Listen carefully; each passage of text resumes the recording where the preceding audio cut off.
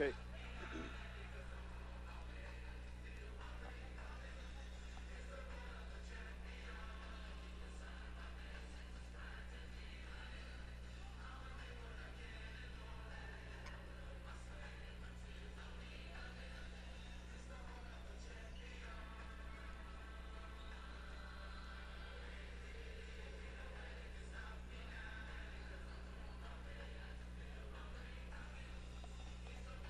Well, welcome everybody to Billy Fager Fieldhouse. Dan Vitt alongside Keith Smith. Glad to bring you tonight's action where tonight in the St. Paul preseason tournament, the Indians of St. Paul will take on the Lancers of Southeast. They kind of put it together and started hitting some of those longer shots. So hopefully we'll see St. Paul, like I say, right off the tip, hit some good shots. Yeah, look for the Indians to get off a good start. You know that their defense is going to be aggressive, that good man-to-man defense that they always play. I know consistency, as I spoke of before in the pregame, shows that Coach Tuck is looking at it for consistency out of the offense. They struggled the first quarter against Chitopa the other night, Monday night, in the start of the preseason tournament, but they really turned it on about halfway through that first quarter, especially the second quarter on when they really started to warm up, and they ended up with pretty decent shooting percentage from the field that night. So the Indian girls off to 2-0 matches. The girls game and the boys game. Boys game just finished up here right before us, and that's who St. Paul will play tomorrow night, will be the Columbus girls and boys. So competition will be good tonight and tomorrow night, Keith. Yeah, that's right. And kind of the round-robin tournament like this, could be 2-1, 2-1, 2-1 by tomorrow night. So every game is important, obviously, and that's, you want to win your hometown tournament, that's for sure. Yeah, and start 3 games in a week and back-to-back nights early on in the season. We'll see if conditioning is a problem for either team, girls and boys. Girls got a little bit of depth. They get pretty young, pretty fast off the bench, but quite capable young freshmen there coming off the bench for Coach Tuck. On the boys' side of it, not quite as much depth, so we'll see how the boys can get along with back-to-back games tonight and tomorrow night. We got to get through this one. We know Southeast girls and boys will both be a good matchup for the Indians. Yeah, Southeast was really good football this year. And again, like you said about the conditioning on Friday night, it'll be interesting to see if the shooting percentages go down, because you start to lose your legs, and that's where a lot of your shot strength comes from, believe it or not. We're going to take a break for the pregame show here. We got to squeeze the national anthem in. Not sure when it will play here, and then we'll have starting lineups. But we're going to go ahead and take a 2-minute timeout. We'll be back after this 2-minute timeout. You're listening to St. Paul Indian basketball on Hot 105.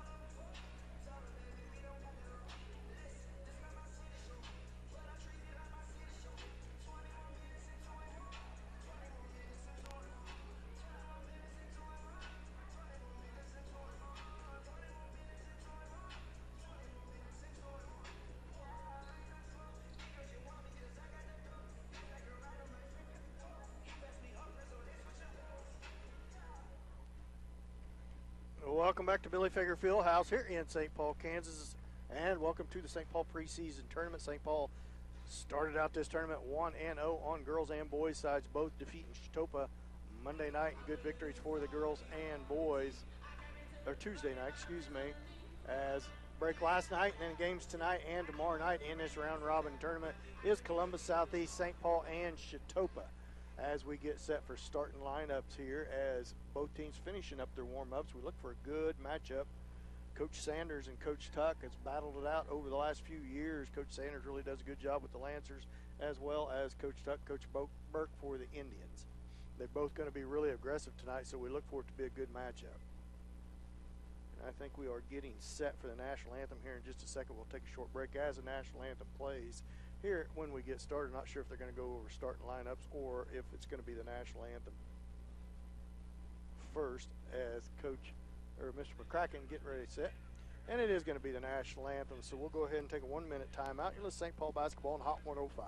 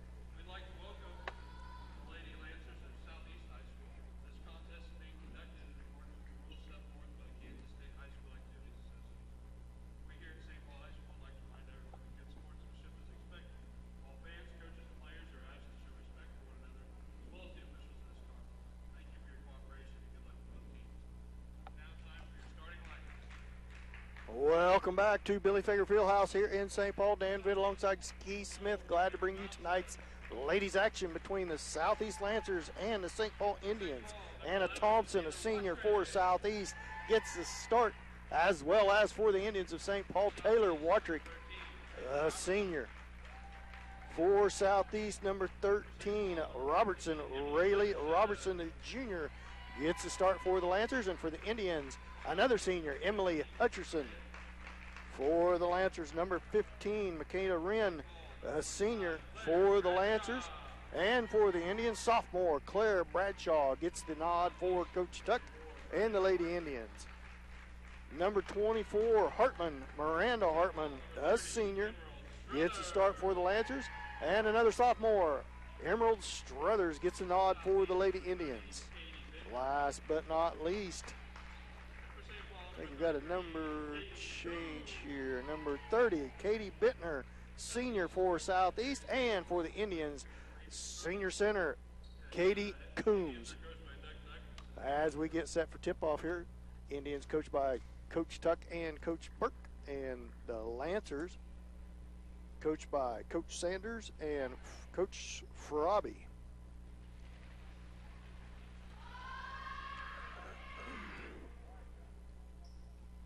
As we are set for tip-off, each team gathering around each coach, getting their final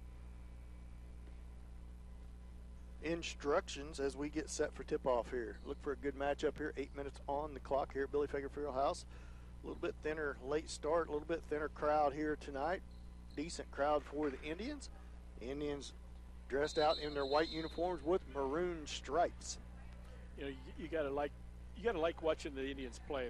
They hustle hard. They go for every ball. They just scrap almost too much. But it's always fun to watch the girls play here at St. Paul and on the road.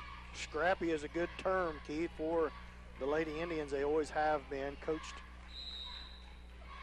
Defense, kind of type of defense they play is a scrappy defense. Indians control the tip. Katie Coombs controls that tip. Looks like the Lancers are going to come out in a 1-3-1 zone. The Indians have seen that a lot this year. Claire Bradshaw straight to the bucket and scores from the left-hand block to give the Lady Indians off to a good start. Wren back deep for the Lancers. Kicks it back up top to Robertson. Robertson holds it. Now she's tied up by tight coverage. Thompson now with the ball. Feeds it back to Robertson. Robertson drives the baseline. She's going to carry it as she lost control. Pestered down there by Emily Hutcherson. Really good defense by Emily Hutcherson. Just put her body in there. Didn't slap her with the hands or anything like that and made her cause a turnover. Now it looks like a little bit of a boxing one, Keith, on Emily Hutcherson. Maybe a matchup. Looks like a matchup man-to-man. A little bit of triangle defense by the three Lancers. Interesting defense by Coach Sanders as Emerald Struthers scores from it just inside the free throw line for the Lady Indians. I don't want to jinx it, Dan, but already St. Paul showing more life on offense in the first 5 minutes the other night. Taylor Wattrick with a steal off of Thompson. Cross-court feed to Hutcherson. Layup. Nope, got it to go. High off the backboard. Thought it was going to be too strong. Quick timeout by Coach Sanders. And a 6-0 lead for the Lady Indians as they shoot 100% from the field, Keith. Right out of the gate, man. They must have heard you, Dan. They really get aggressive with the ball and get 4 points over turnovers so far. It looked like a little bit of a matchup zone by Coach Sanders and the Lancers. They picked up Hutcherson and Wattrick, kind of like I thought it was going to be a boxing one, but then Thompson came out and gathered up Wattrick, and the other three kind of stayed in a zone in the middle on a triangle. So the young sophomore Emerald Struther, Claire Bradshaw, just aggressive with the basketball and went right at that defense. Lancers basketball. Robertson with the ball, guarded out there by Hutcherson.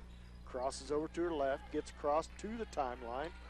Picks up her dribble now, slapped away by Coombs, but it goes back to Robertson. Robertson into the lane, tries to kick it out to Wren.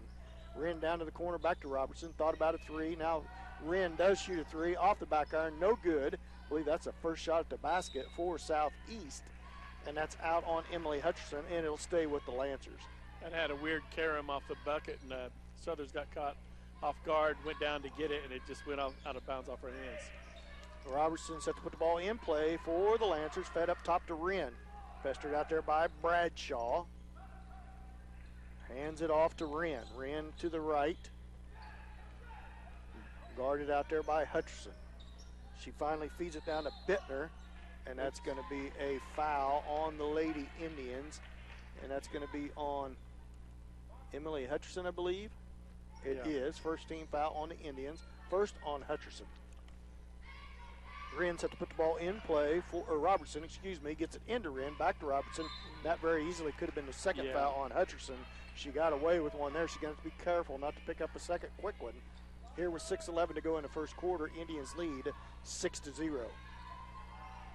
Bounce pass inside to Bittner, had position on Coombs, dribbles across the lane. Now she tries to kick it out, and it's going to go, out of bounds and go right back to the Lady Indians. Thompson thought St. Paul touched that. She just watched it go out of bounds. I think the coach is giving her what for that too right now. Wattrick with the basketball. Kicks it over the right wing to Claire Bradshaw. Now man-to-man defense applied by the Lancers. Although Bittner is sagging back in the lane. This isn't a matchup man-to-man because Bittner left Katie Coombs wide open out on there. Boy, there's a foul as Bradshaw goes in the lane. She's fouled, and she's going to go to the line to shoot two. That could be on any one or two people. She got sandwiched going up to the basket.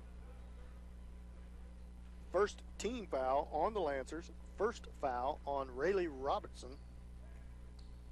the junior. Bradshaw's free throw right up and through there. Claire off to a good start for the Lady Indians.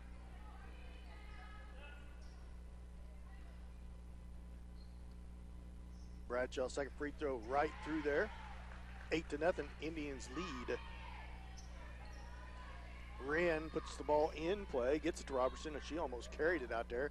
Now looks for the double team, does Bradshaw and Hutcherson. Now Hutcherson picks her up by the timeline as she tries to set up this Lancer offense. Hands it off to Wren. Wren holds the ball right wing, guarded out there by Hutcherson, dribbles to her left, loses it a couple times, gets it. Now she's in trouble. Bounce pass inside to Bittner, and she travels with the basketball and turns it right back over the Lady Indians. I'll tell you, if a team doesn't have a good ball handler against the St. Paul defense, they're sunk. And Robinson's been doing a fairly good job, but you've just got to be a good ball handler against a stifling defense. Elise Doherty comes to scores table for the Indians. Claire Bradshaw left wing with the basketball. Feeds it across to Struthers. Struthers to the free throw line. Katie Coombs, three-point shot right wing, off the back iron, no good. And they're going to regret leaving Katie Coombs that wide open. She is a shooter from the outside, or can be a shooter. Bittner staying sagged clear back into the lane, and Coombs is wide open out there at the three-point arc, just off the back iron, no good. Wholesale changes for the Lady Indians. Harris, Albertini, and Doherty all come in for the Lady Indians. They give Bradshaw, Hutcherson, and Struthers a break. That was a foul on Taylor Watrick underneath. Second team foul on the Indians, first on Watrick. Watrick tips away from Thompson. It's going to be out on her as she tried to chase it down out of bounds. It goes back to the Lady Indians. Lady Indians basketball on their own end of the court. Albertini with it, feeds it in to Doherty. Doherty back to Albertini to the corner to Watrick. Watrick tries to drive the baseline, bumped into by Thompson, excuse me, not Thomas, Thompson. And that's the third team foul on the Lancers, first on Thompson. Watrick over to Harris, up to Doherty. Doherty loses for a minute, gathers it back in. They swing it all the way around to Watrick. Watrick cross-court pass to Doherty. Doherty to the corner to Albertini. She looks inside. Now she dribbles in there, triple team down there, and it's going to be a foul on the Lancers. Excuse me, that will be the third team foul. That's going to be on Bittner, her first. Indians basketball under their own basket. Coombs at the free throw line, drives in, shot up, good! Off the backboard. She threaded the needle on that one. Thompson with the ball, pestered out there by Watrick. Watrick with a little bit of contact, gets away with it. Now feed into the lane. Back out to Wren, top of the key, long three-point shot off the back iron, no good. Albertini with the rebound. Albertini pushes it ahead to Doherty, off her fingertips, out of bounds, just a little bit too tall, as Sophia would have got it to her just a little bit quicker. Doherty was ahead of the field. Full court pressure. Go ahead, Keith. I just said she must saw that defense coming up and had to put it a little higher, she thought. Full court pressure by the Indians. Lancers get it past that pressure. Wren with the basketball into the lane, loses it. Ball's loose on the ground. Albertini comes up with it. Albertini ahead to Doherty. Doherty at the left wing, kicks it up top to Coombs, swings it around to Harris at right wing. Now to Watrick at the baseline on the right side, holds the ball overhead. Long cross-court pass to Albertini. Bounce pass back up top to Doherty as they reset. Watrick, long right wing three-pointer off the back iron, no good. Rebound. Lancers. Robertson for the Lancers. 10-0. Indians lead. 3:30 left to go here in the first period. Robertson spins, shot up short, no good. Off about 4 Indians. Now it's loose on the floor. Doherty gets it, feeds it off to Albertini. 2-on-2. Albertini with the left hand tries a bounce pass in through traffic. Way too many hands in there for that. It's stolen away. Need to set up some offense there sometimes. That would have been a good opportunity for the young freshman to pull it back out, Keith, as you said, and set things up. Shot as they go to the basket is Robertson. She's fouled. She's going to go line for the first time tonight for the Lancers. Hutcherson, Bradshaw, and Struthers all at the scores table, as well as one Lancer. They'll have to wait till after the first shot. As Robertson settles in at the line to shoot 2. First free throws up and through there. First point of the game for the Lancers. Coombs, Albertini, and Wattrick come out for the Lady Indians.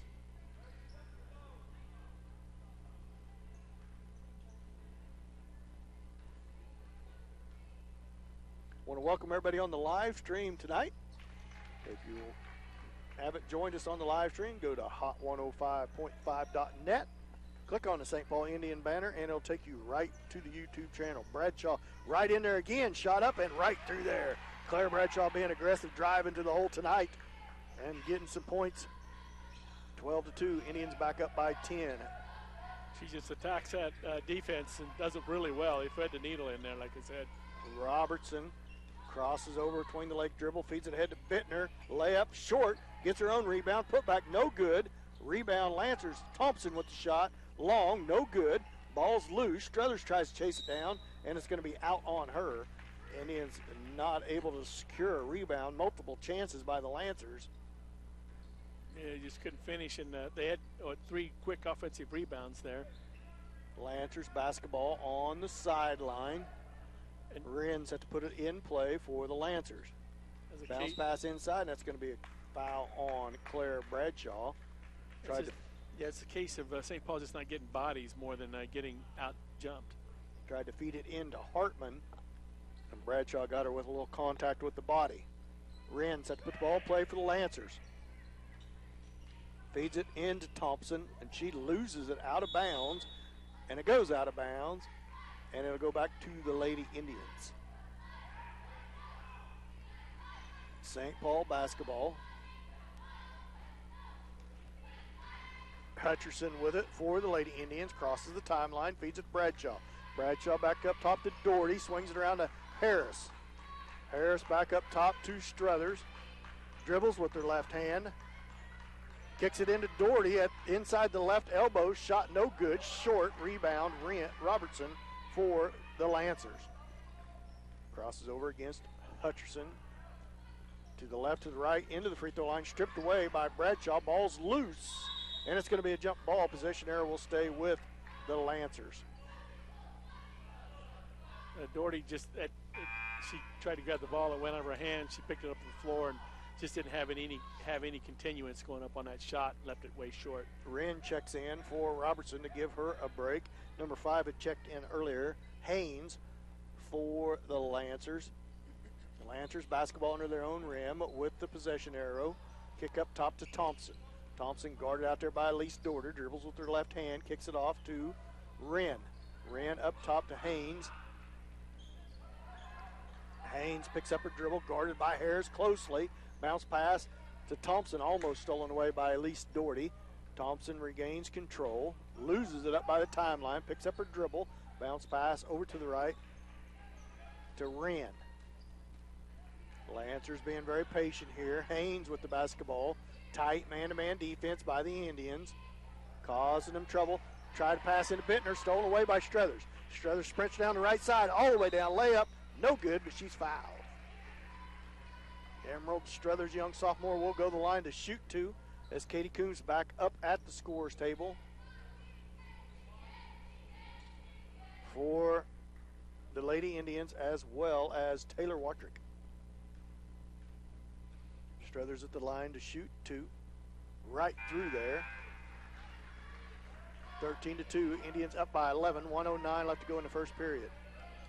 Elise Doherty, Claire Bradshaw both come out.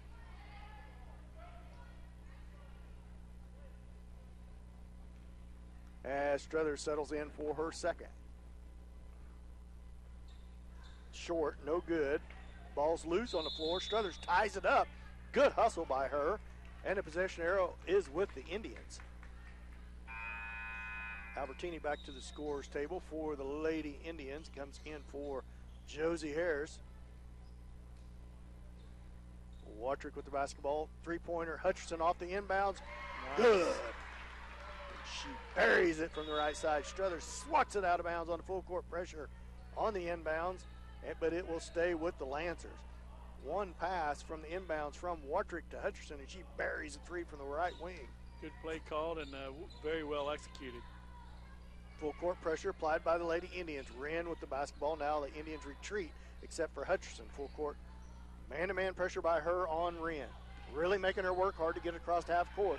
Wren loses it. Now Hutcherson falls to the ground. Swatted away by Hutcherson. She gets back up off the ground. She comes up with a steal. She's on fire tonight. Emily Hutcherson pushes the ball down the floor to Katie Coombs. Ball fake, drives the baseline. Shot up, swatted, and it's going to be a foul on the Lancers.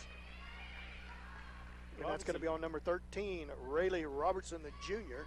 She had position, and she pretty good defensive play, but she just left her feet. She shouldn't have done that. Second foul on her.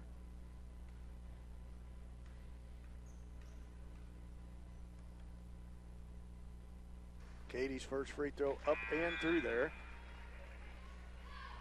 Bittner checks in for the Lancers, as well as Thompson.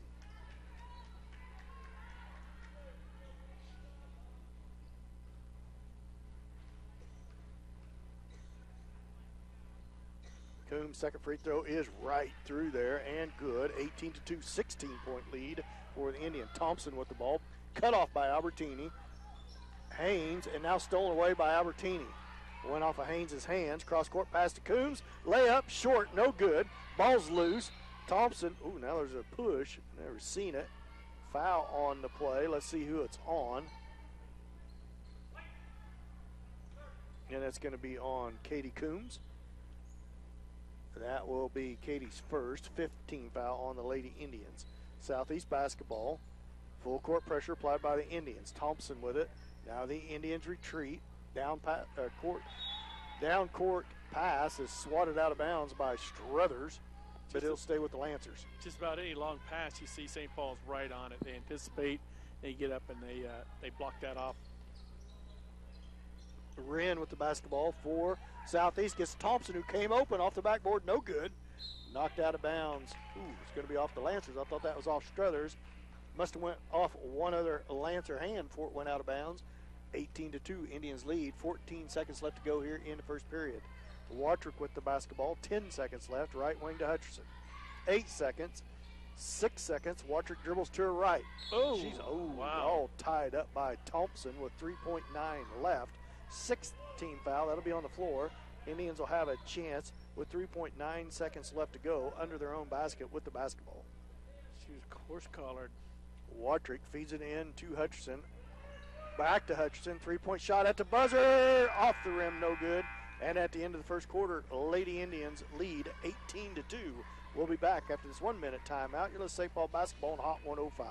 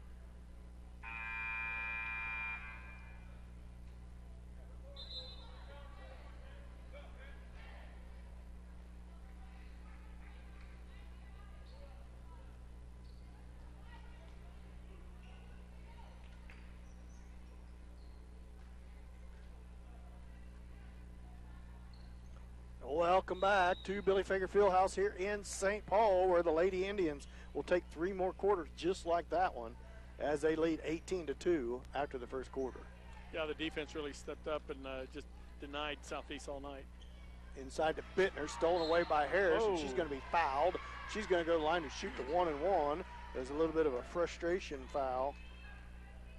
Starting to get a little rough out there, Dan. I mean, a little contact after the play type thing. Let's hope tempers don't flare. Harris at the line to shoot the front end of a 1-1. 7th team foul on the Lancers. 2nd on Bittner. On its way, high off the back iron and through, and good, as Harris will get the bonus.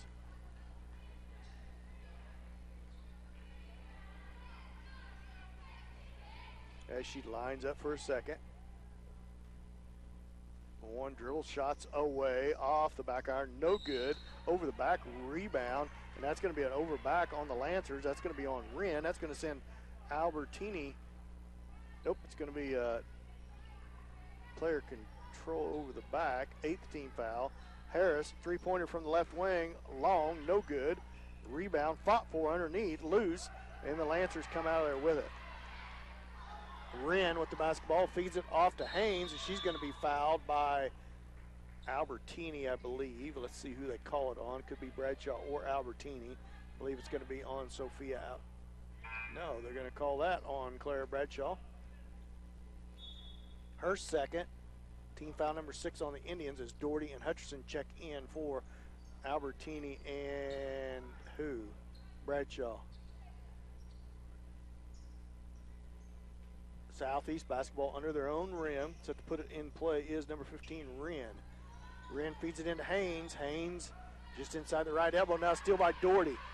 Elise Doherty on the breakaway. Left-handed layup. No good, but she's fouled, and she's going to go line to shoot 2. 9th team foul on the Lancers. And that will be on Thompson, number 4. That's her third. That's her third foul early on in this second quarter. Is there another Lancer with 3 also? Yeah, number Robertson 13? has 3. Robertson also with 3 fouls. So early on foul trouble for the Lancers squad. Thompson comes out as Doherty makes her first free throw. Lines up for her second. On its way and good. Elise Doherty 2 for 2 from the line. Feed in down the court is Mutz.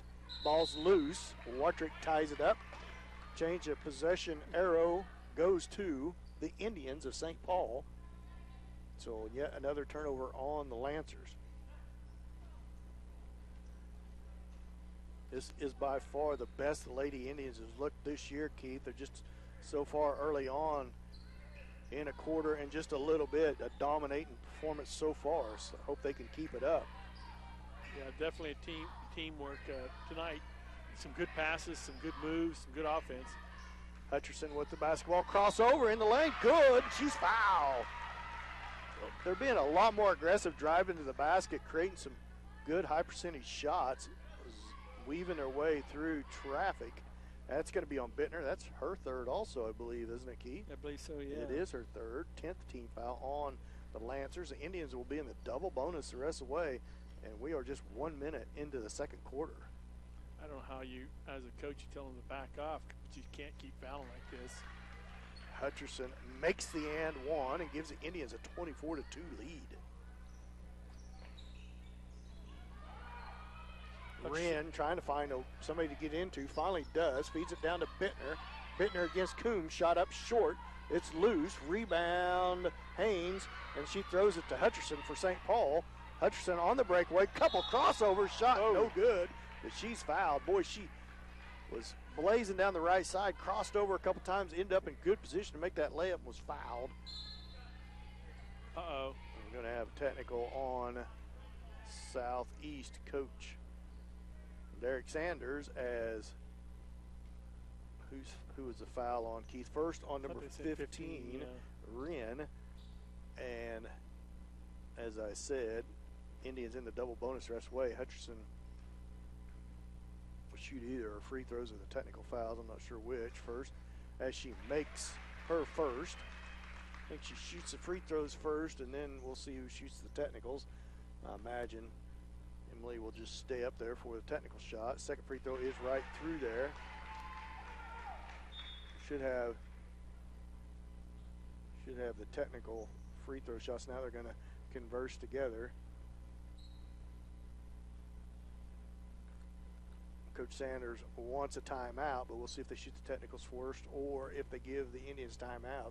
It'll be 2 more free throws for the Indians, and then it'll be Indians basketball. I don't know if he's wanting to freeze the shooter or what on that, but I think he wants to just kind of regain his and his girls' composure a little bit. Technical foul shot is right up and through there. And Hutcherson is on a roll here tonight. Second free throw on its way. In and out. No good. Timeout. Southeast with that. We'll go ahead and take a timeout. We'll take a 1 minute timeout. Let's St. Paul basketball on Hot 105. She's got 11 on the night. Emily does. Welcome everybody for listening on the live stream. Good ball game so far, put together by the Lady Indians. What do you got for scoring, Keith? Hutcherson with Emily 11. Hutcherson with 11. Lee Storty with 2. Josie Harris with 1. Claire Bradshaw with 6. 6. And Emerald Struthers with 3. Katie Coombs with 4.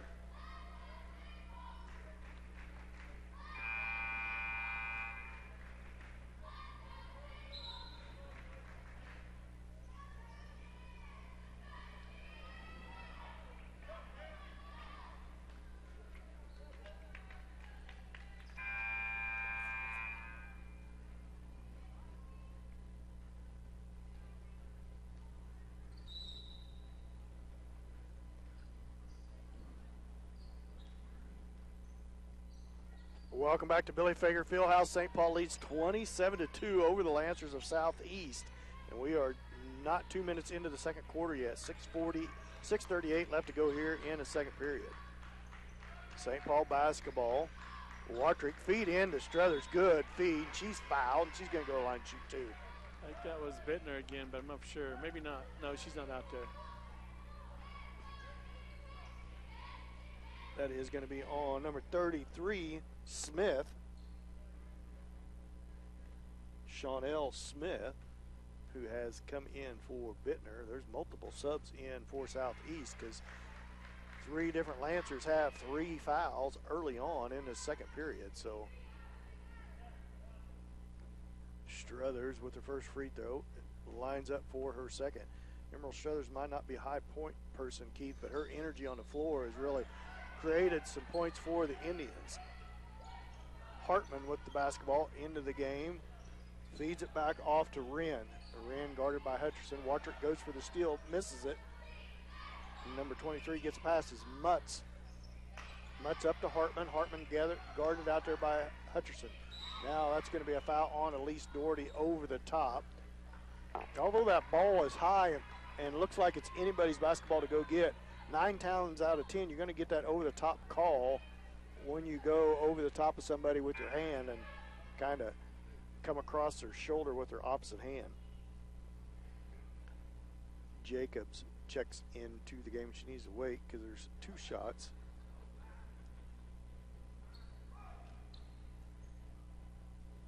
Well, now we're going to sub, and we're not supposed to. Coach Sanders is...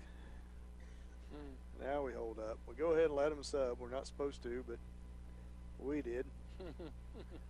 You're supposed to wait till after the first shot. But either way, sub is into the game for the Lancers as Wren settles in for her first shot. Oh, I guess it is front end 1-on-1. Excuse me, that is my bad. Hutcherson with the basketball. As the rebound was to the Indians. Josie Harris in the lane, shot no good. Rebound is Southeast. Mutz with the basketball for the Lancers. And that's going to be a foul on Watrick, and that's going to send Mutz to the line to shoot the 1-and-1. 17 fouls on the Indians. That last free throw was a 1-and-1, so the sub did need to come in on the first free throw. It should be the third on Taylor. Third foul on Taylor Watrick. As sub comes in for her, Katie Coombs checks back into the game.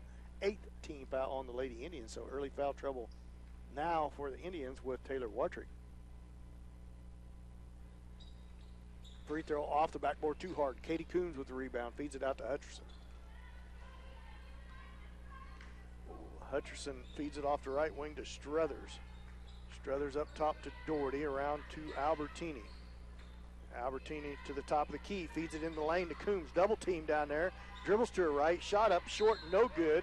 And that's going to be a foul on Struthers, I believe, as now the aggressiveness needs to back off a little bit for the Lady Indians. You don't want to be stopping the clock for the rest of the way during the second period with a 28-2 lead. we'll be here all night unless St. Paul can get up a 30-point lead. Smith to the line to shoot front end of a 1-and-1, 19th foul on the Indians. Is that really the fourth? That's not the fourth foul. No, I only had it for 2, but high, short. I mean, off the back iron. Now it's 2. Now they changed it to 2. okay, I was gonna say they had it 3 earlier, and I wonder if she went to change it to 2 and then just moved it up to 4. But it'd be a good time to get her out of there too, so she doesn't pick up a third foul because there's still 5 minutes left to go. And on cue, Sophie Albertini comes to the scorer's table. Sure, she just came in the game too. Stolen away by Hutcherson. Hutcherson down the court to the right side. Wren's the only one down there, and she fouls, and she's going to send Hutcherson the line to shoot 2. And we've got way more stop clock than we do running clock here, as both teams, the next foul on the Indians will put Southeast into the double bonus. As St. Paul is already in the double bonus. Hutcherson at the line to shoot 2.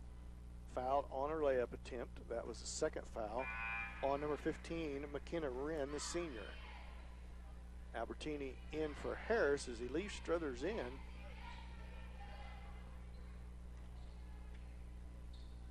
Hutcherson settles in for her second. As her first one was good, second one is right through there. Emily Hutcherson playing well tonight. She's 6 or 7 from the line, Dan. Needs to be careful not to pick up a foul. Almost stolen away by the Indians. It ends up back in Jacob's hands. Jacob feeds it back up top to Hartman. Nope, that's not Hartman. That's Mutz. Now to Hartman. Hartman to her left, picks up her dribble. Now feeds it back to Mutz, off her hands, out of bounds, and it's going to go back to the Lady Indians. That's the first possession. There wasn't a foul on it about the last 10, Dan. 30-2, Indians lead. 4:36 left to go here in the first half. Just a measly old turnover. Hutcherson with the basketball, feeds it down to the corner to Struthers. Struthers back up top to Hutcherson. Hutcherson holds the ball over ahead. Right wing over to Coombs. Coombs looks inside, kicks it back out to Hutcherson. One dribble, kicks it to the left to Doherty. Doherty into the lane, kicks it out to Albertini. Albertini into the lane, out to Hutcherson, top of the key, right wing over to Doherty. Feed inside to Coombs, right nice underneath pass. the rim. Layup good. That's Katie Coombs' 6th point. Indians retreat to defense. And that's going to be a charge on number 24, Hartman. Player controlled charge as Doherty was all over her and she pushed off to try to gain some space. We still got 4 minutes left to go in this second period. It's 32-2, Indians up by 30. Doherty with the basketball up top to Struthers. Struthers to Albertini. Albertini cross-court pass over to Hutcherson. Hutcherson up top to Doherty. Bradshaw and Harris back to the scorer's table for the Indians. 14 team fouls on Southeast, Dan. And there's still 3:30 left to go in the second period. Very patient offense by the Indians against a 2-3 zone now applied. Three-pointer by Katie Coombs. Rims out, no good. Struthers saves it inbounds to Hutcherson. Up top to Coombs as the Indians reset. Another good hustle play by Emerald Struthers. Saves that basketball so the Indians can maintain possession. Bad pass by Albertini, trying to feed it in through traffic to Struthers. Swatted away and stolen out there by Southeast. Bounce pass inside, kicked it back out to Jacobs. Shot on the way, too hard, no good. Struthers chases it down. I was afraid she's going to dribble. She already dribbled once and picked it up. And that's a feed straight out of bounds. Oh, nope, timeout first. Coach Tuck calls a timeout. It's a good thing because Emily Hutcherson airmailed that thing out of bounds as a timeout was being called. So we'll go ahead and stay here. Played a pretty good first half so far by the Lady Indians, Key. That's right. And I tell you, Southeast is getting frustrated. You can see it all the way from the bottom of the bench up to the coach. The coach getting a technical earlier tonight. They just don't have an answer for this defense at St. Paul. And let me tell you, that St. Paul defense does not take a second off. Not a second. They're always, wherever that ball is, it's like a magnet. They're to it. Out of the timeout, Indians will retain possession of the basketball. Bradshaw set to put the ball in play for the Lady Indians. Feeds it into Elise Doherty. Doherty back to Bradshaw at right wing. Dribbles in right inside three-point line, kicks about out. Albertini now to Harris. Harris into Coombs, out to Bradshaw. Three-point shot right baseline, short, no good. Long rebound, chase down. It's going to be a foul on Doherty again, and that's going to send Jacobs to the line to shoot free throws. That wasn't a good foul by Elise Doherty. She really didn't have a chance at it. She was hustling. You got to give her that, but she should have let that one go. Trying to use them long arms to get that basketball. She got her hand on the basketball, but too much body contact. Just like the foul a little bit ago, they're going to call that about every time when you come over the top like that. Jacob settles at the line to shoot two. Second foul on Doherty. Her first free throw's long, no good. Jacobs just a young freshman for the Lancers. And Lancers just not taking advantage of these fouls at all. Second shot on its way off the back iron, no good. And knocked out of bounds. Who's it going to be? It's going to be off of the Indians. It's going to stay with South. I thought that came off of Elise Doherty. I don't know why she let it go out of bounds. Mutz pass inside off the inbounds, rebounded, no good. Putback, no good. Now ball's loose on the floor. It's going to be a jump ball. Hartman with the putback, missed it. And possession arrow stays with Southeast as they get set to put it in play again from under their own basket. Moves to set it, put the ball in play. Went down to the ground with two players, and Southeast coach was just like pulling his hair out. Haynes with the basketball, guarded out there by Harris. She strips it away. Harris down the right side, loses it, gets it back, loses it again. Let's see what they call. And they're going to call a double dribble from behind. And I believe it was the time before even as she got going too fast, got a little contact, lost control of it, turns it right back over to the Lancers. Bittner checks back into the ball game for the Lancers with 2:16. She got 3 fouls, Keith. Pretty gutsy putting Bittner back in with 3 fouls with 2:15 left. But maybe a little offense, defense by Coach Sanders trying to get something going here. Ball almost stolen away. That's going to be a foul. Oh, excuse me. That is number 50, yeah. Yeah, it's number 50, not 30. That's Callie Bittner, the sophomore. That is going to send Haynes to the free throw line. Foul on Josie Harris, her first. Each team in the double bonus the rest of the way as the Lancer struggles continue. She misses her first free throw. This is a nightmare for a coach. They just cannot find the bottom of the net. Haynes, second free throw off the backboard and good. 32-3, Indians up by 29. That's first point in like 15 minutes, Dan. Struthers with the basketball up top to Harris. Harris over to Bradshaw, right wing, drives in towards the lane, kicks it out to Coombs. Three-point shot, right baseline, short, no good. And Jacobs with the rebound for the Lancers. Albertini picks her up. She crosses over to her right, bounce pass down to the corner. I think it's Haynes with the basketball for the Lancers. Back up top to Jacobs. Jacobs to her left, gets past Albertini towards the elbow, back to Haynes. Lob inside to Bittner. Shot from the block, no good. Swatted out of bounds. It's going to be off of Coombs, and it'll stay with the Lancers. It's been about the longest quarter I think we've had so far in this tournament. 1:26 left to go here in the first half. 32-3. Indians up big. Southeast basketball. Haynes with it. Stolen away, swatted away. Claire Bradshaw ends up with it, and that's going to be a foul. Ooh, he started to call. I thought he put his hand up there by his head. Now he gives the foul to Haynes, and that will send Claire Bradshaw line to shoot 2 with 1:16 left to go in the first half.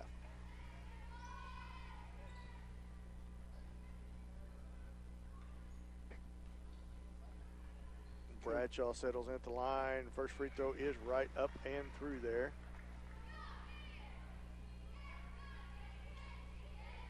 As she settles in for her second. And it's right through there. Bradshaw makes them both as Elise Doherty checks in for Claire Bradshaw. Claire's 4 for 4 at the line so far tonight. 34-3. Indians up by 30. 31, 1:15 left to go in the first half. Jacobs with the basketball for the Lancers. Tries to bounce pass into Bittner, and it's going to be a foul on Katie Coombs. She tried to get around Bittner, and that's going to send Bittner to the line to shoot 2. Well, you don't want to see that foul with 1 minute left in the half. First foul on Katie Coombs. They have her at 3. Oop. Oh, they have it on 33. Oh, excuse me. Thought. Well, Coombs is I thought 33. it was on. Oh, yeah. Okay. Katie Coombs, first foul as Bittner makes her first free throw. Second one on its way. In and out, no good. Struthers with the rebound. Loses it loose on the floor. Gets it off to Doherty as she's falling to the ground. Just need to hold this up and set up. She does just that. Coombs at the free throw line. Out to Albertini. Three-pointer right wing. Long. No good. Struthers saves it inbounds. Feeds it back to Doherty. Just under a minute left to go in the first half. 48 seconds to be exact. Albertini with it. Off to Struthers. Struthers crosses over into traffic. Feeds it to Harris. Harris to the elbow. Off to Coombs. Down the baseline. Shot up. Good. Good. Oh, wow. Almost called that too quick. Jacobs, right wing with the basketball. Guarded out there by Albertini. Under 30 seconds left to go in the first half. Shot from the baseline by Haynes. No good. Long rebound goes to Doherty. 20 seconds left to go in the first half. Indians up 36-4. Albertini holds it. Feeds it off the right wing to Struthers. Struthers off to Harris. Harris to the free throw line. Kicks it out to Doherty. Doherty long three-pointer. Short. No good. Struthers with the rebound. Put back at the is good. And that's going to be the end of the first half. The Indians on fire here in the first half. They lead 38-4 over the Lancers. We'll be back with your halftime show here after this 2-minute timeout. Let's St. Paul basketball on Hot 105.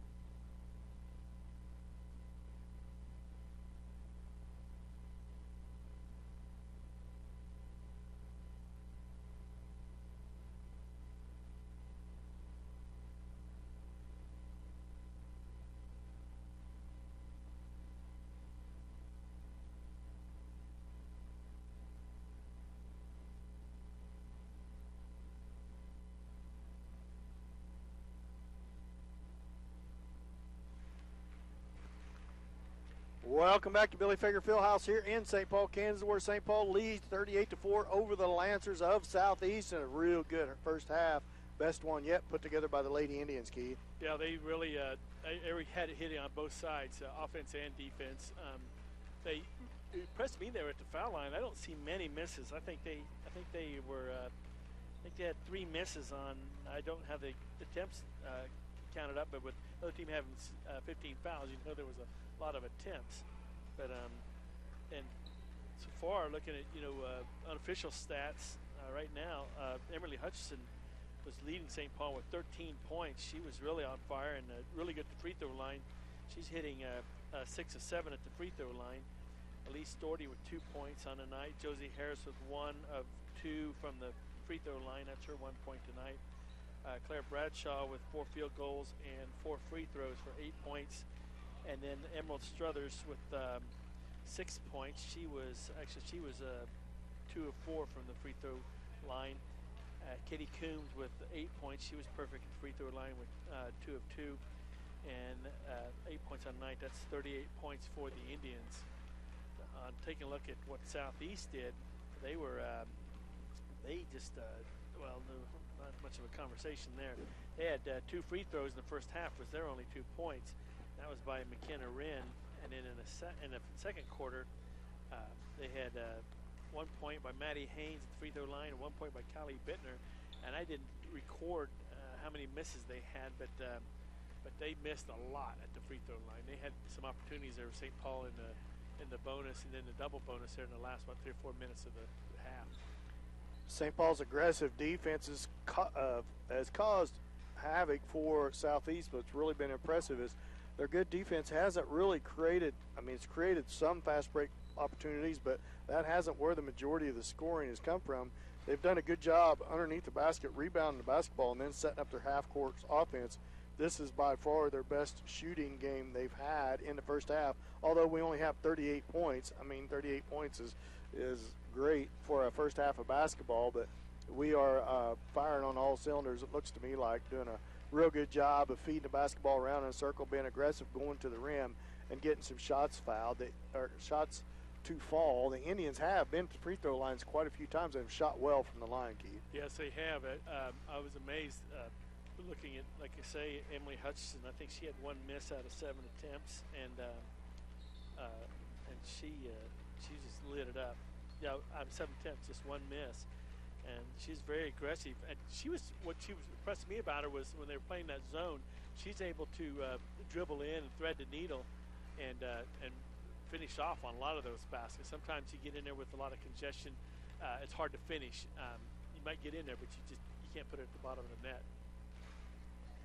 And we're going to go ahead and take another 2-minute timeout. When we come back to that timeout, we'll get you all set. We'll finish up with stats in the first half, and we'll get you all set for the second half of tonight's action between Southeast and St. Paul. We'll be back after this 2-minute timeout. You're listening to St. Paul basketball on Hot 105.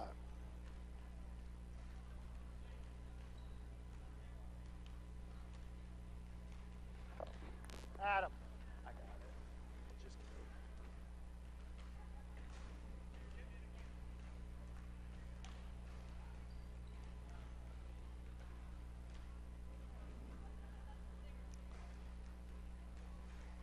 you shoot 47%, you're not going to lose very many ball games. Look at this one. 2-point field goals, 81%. Wow.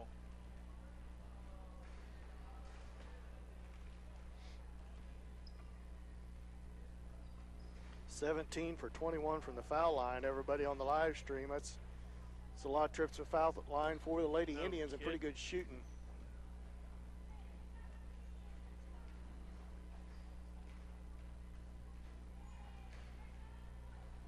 It's over 80%, I think. Maybe a little under. That'll win a game for you right there. Yeah. You can have a mediocre shooting night, but hope everybody's enjoying the game on the live stream as you listen to Keith and I visit a little bit during break. About 3 minutes left to go before the second half tip-off, as you can see on the scoreboard.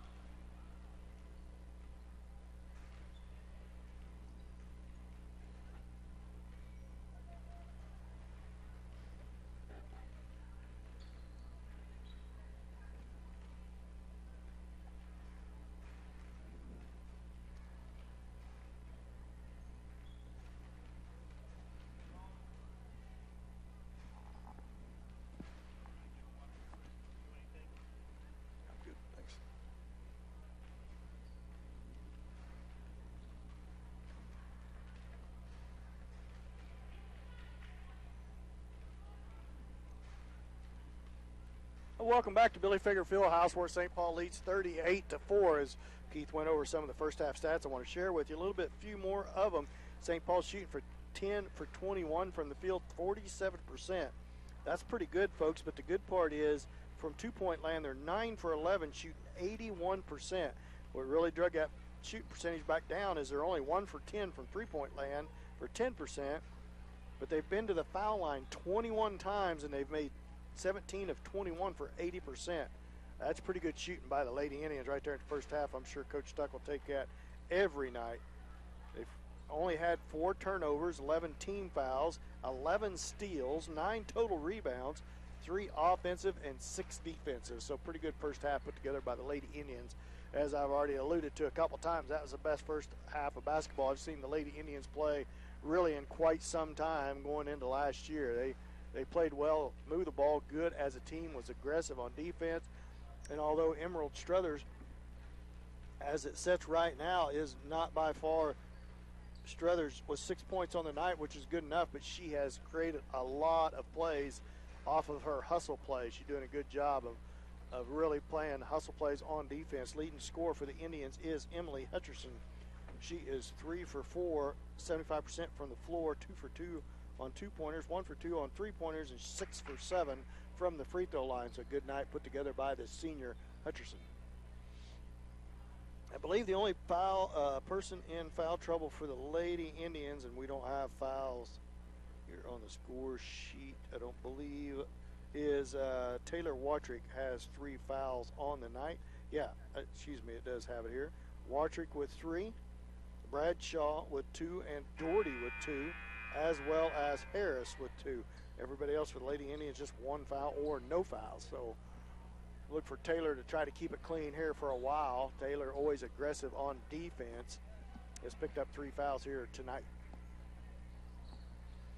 38-4, Indians lead, 8 minutes on the clock. On the floor for the Lady Indians is Watrick, Bradshaw, Struthers, Hutcherson, and Coombs.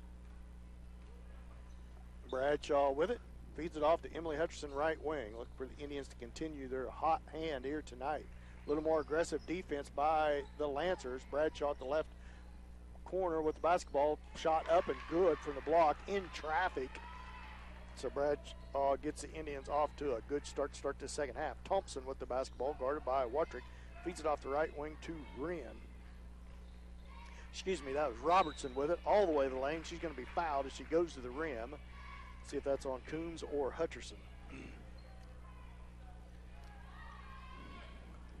And that's going to be on Katie Coombs, her second. Team foul number 1 on the Indians in this half. Robertson first free throw is right up and through there.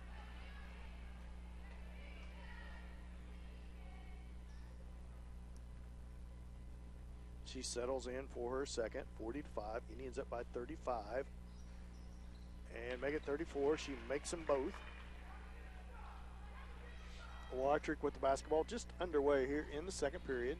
Right wing off to Hutcherson. Looks like a 2-3 zone applied by the Lancers. Hutcherson cross-court pass over to Bradshaw. Bradshaw to the corner to Struthers.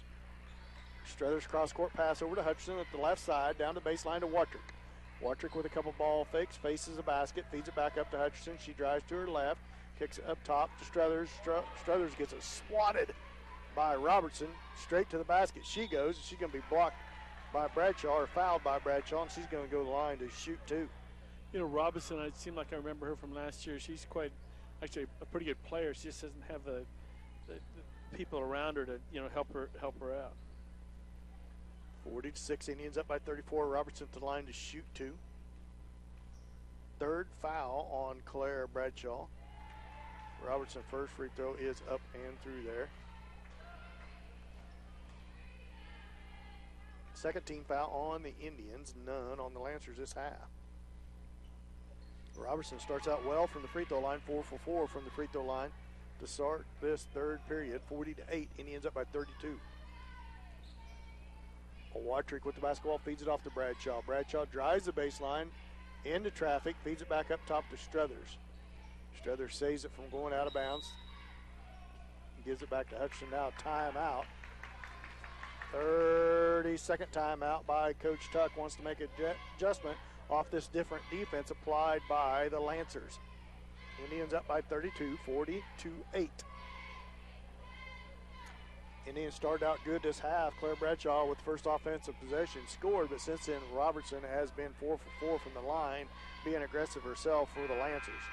Yeah, I think that the coach or Robertson, somebody was smart saying, hey, look, attack that defense through the middle, draw them on you. There's quite a few fouls on both teams, and somebody's going to be setting here in about 10, 15 minutes. Hutcherson with the basketball feeds it into Watrick. Watrick back to Hutcherson. Cross-court pass to Bradshaw. Bradshaw over to Coombs. Cross-court pass to Hutcherson. Hutcherson drives the baseline, cut off by Bittner. Pass inside to Coombs, and she's fouled by Thompson. That's going to be her fourth. First team foul on the Lancers. It's going to send Coombs in line to shoot two. Good pass that time. As the drive to the basket fed to Coombs. Coombs right in front of the rim. Couldn't get the shot off, but she's fouled by Robertson. Katie's first free throw on the way and right through there and good. As Haynes checks in for Thompson. Thompson just picked up her fourth foul. May have said Robertson. I meant Thompson. Second free throw by Coombs is no good. Rebound Robertson for the Lancers. Robertson dribbles against Hutcherson up above the timeline, just inside the half-court line. Now to the left, all the way to the rim, blocked by Hutcherson. Hutcherson comes back down with it, pushes the ball down the floor, all the way to the rim herself. Layup no good, long, and it's going to be out of bounds off of, as Hutcherson trying to get back in bounds and tries to save it in bounds, and not soon enough out of bounds, so it goes back to the Lancers. Robertson with the basketball for the Lancers, picked up there by Emily Hutcherson, up above the three-point line. Crosses to the right and left. Now she pulls up, takes a shot, in and out, no good. Claire Bradshaw with the rebound. I think they're going to pin their hopes on Robinson and say, hey, look, attack the basket. If they're on top of you, step back and take the shot, which Robertson definitely being more aggressive to start this half. Bradshaw in front of the rim, shot no good. Rebound Bittner. Now Haynes with it. And that's going to be a travel on the Lancers. Turnover on the Lancers. Gives it back to the Lady Indians. I'm not sure if it's the basket on that end of the court, Dan, because St. Paul hasn't. I don't think they made a field goal. Well, they made one field goal so far, but other than that, Southeast had a lot of trouble with that too. Shot up by Struthers, no good. Short. Rebound out of there with it is Robertson. Poke from behind. Good hustle by Taylor Watrick. Poking that from behind from Robertson, but it goes out of bounds off of her as Elise Doherty comes to the scores table quickly. Going to come in for Emerald Struthers. Taylor Watrick just didn't have enough real estate to get that one stolen. Bradshaw and Watrick both in the game with 3 fouls each. Have to be careful here. 5:15 left to go in the third. And that's going to be a 5-second call on the Lancers. Good, hard defense by the, oh no, wait a minute. I don't think he got a timeout. All the Southeast coaches are coming to the sideline for a timeout, but he had already called 5 seconds. So no timeout. It's just going to be St. Paul basketball. They tried to save it. Robertson threw it off the leg of one of St. Paul players, but the 5 seconds had already been called by that time. St. Paul basketball as Hutcherson inbounds it to Watrick, 41-8. Indians up. Doherty, right wing with it, cross-court pass over to Bradshaw at the baseline, takes a dribble, now she picks up her dribble, feeds it back to Watrick. Cross-court pass to Doherty. Oh, you're right, Dan. Doherty feeds it into Coombs. Coombs pushes her way in, shot up, good. Wow, nice Tough shot by Katie Coombs as she was really leaned on there by Bittner. Kept her position, got the shot from the baseline to go. 3-point shot on the way by Wren, no good. Backside rebound, Bittner, put back good. And there's going to be a foul on the floor. On who?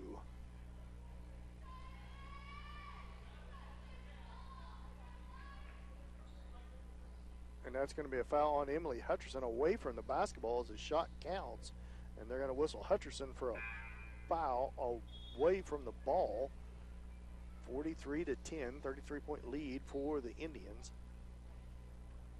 Thompson checks back in. She comes in for Hartman for the Lancers. So it's going to be Southeast basketball under their own rim. Robertson with it. Robertson feeds it up top to Haynes, feeds it back, hands it back to Robertson. Screen set by Thompson all the way around the right side to Wren. Back to shot on the way, three-point shot, long three-point shot by Robertson's no good. Bradshaw rebound, feeds it ahead to Watrick. Watrick loses it, and it's going to be a foul. She got away with a carry. Yeah, carry or double dribble, one or the other. And it's going to be a foul on Wren. Second team foul on the Lancers, third on Wren. St. Paul will maintain possession under their own basket. Watrick with it, feeds it to Bradshaw. Three-point shot from the right baseline, long, no good. Backside rebound, saved in by Elise Doherty. Back to Coombs. Bradshaw, top of the key, three-pointer, high off the rim, no good. Coombs chases it down for the Indians. And we're going to have a foul away from the basketball on the Lancers. And that's going to be Thompson with a hold. She just fouled out of the ball game for the Lancers. Away from the basketball. I know. And that's a fifth foul on Thompson. As subs come in is Kenna Doherty checks into the ball game. Sophia Albertini, Ava Chambers, Emerald Struthers, and Josie Harris. 4 freshmen and a sophomore on the floor for the Young Lady Indians here. 4:07 left to go in the third period. Starting to pick up where it left off in the first half. A lot of fouling going on, but Albertini with the basketball, left wing up top to Harris. Harris over to Struthers. Struthers to her left. Kicks it back over to Albertini. Three-point shot, right baseline or right wing. Albertini, and she connects on the three. Haynes with the ball at the baseline. Kicks it back to Robertson. Robertson picked up by Struthers. Lob inside to Bittner. Weak side help by Doherty. Ball's loose. Ava Chambers comes up with it. Chambers to Harris, to head to Struthers. Layup good. Robertson back down with it for the Lancers. Indians lead 38-10. Robertson to her left now to the free throw line. She's going to get whistled for the carry, as she did as she went from her left to right. Slams the ball down in frustration. And turnover goes back to the Lady Indians. I think that was a good non-call on a technical against them. They're way behind. You don't want to, raise the fire any more than you have to. Albertini to Doherty, down to the corner to Harris. Harris dribbles to her right, feeds it into the lane to Struthers, who loses it. And it goes out on the Lancers, so it'll stay with St. Paul under their own basket. I think the refs are easing up on their whistles too on those fouls. Struthers feeds it to Harris. Harris is going to be fouled on the floor by Haynes. Fourth team foul on the Lancers. It'll be St. Paul's basketball under the rim. Fifth foul. Oh no, that's still Thompson, excuse me. Second foul on Haynes. As number 24, Hartman, checks into the ball game for Robertson. Albertini set to put the ball in play for the Indians under their own rim. Feeds it into Harris at left wing. Thought about the three, passed it up. Now Harris with it, Albertini with it, throws up a shot off the backboard, good. Kind of a wild shot, her side to the basket, and she gets it to go off the backboard. Right wing over to Hartman, who's in the game, back up top to Mutz. Mutz loses it. Now it's a dead ball situation. Albertini all over, swats it away. Ball's loose on the floor. Mutz comes back out of there with it. Timeout, Southeast. With that, we're going to go ahead and take a timeout. Let's make it a 30-second timeout. You're with St. Paul basketball on Hot 105.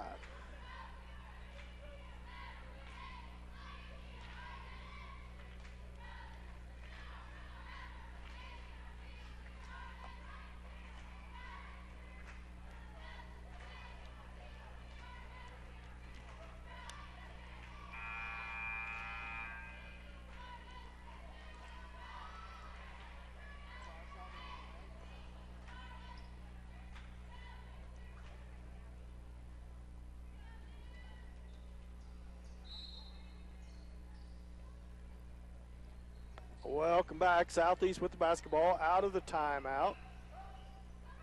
Mutz with it, and it's going to be a jump ball tied up there by Albertini. Possession arrow stays with the Lancers as Chloe Simi checks into the ball game for Josie Harris. So on the floor for the Indians is Kenna Doherty, Elise Doherty, Sophie Albertini, Ava Chambers, and Chloe Simi. Bittner is going to be fouled on the floor by Doherty as she got the ball over the top.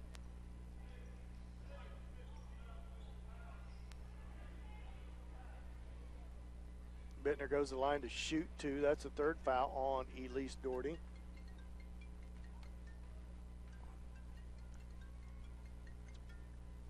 And her first free throw is good.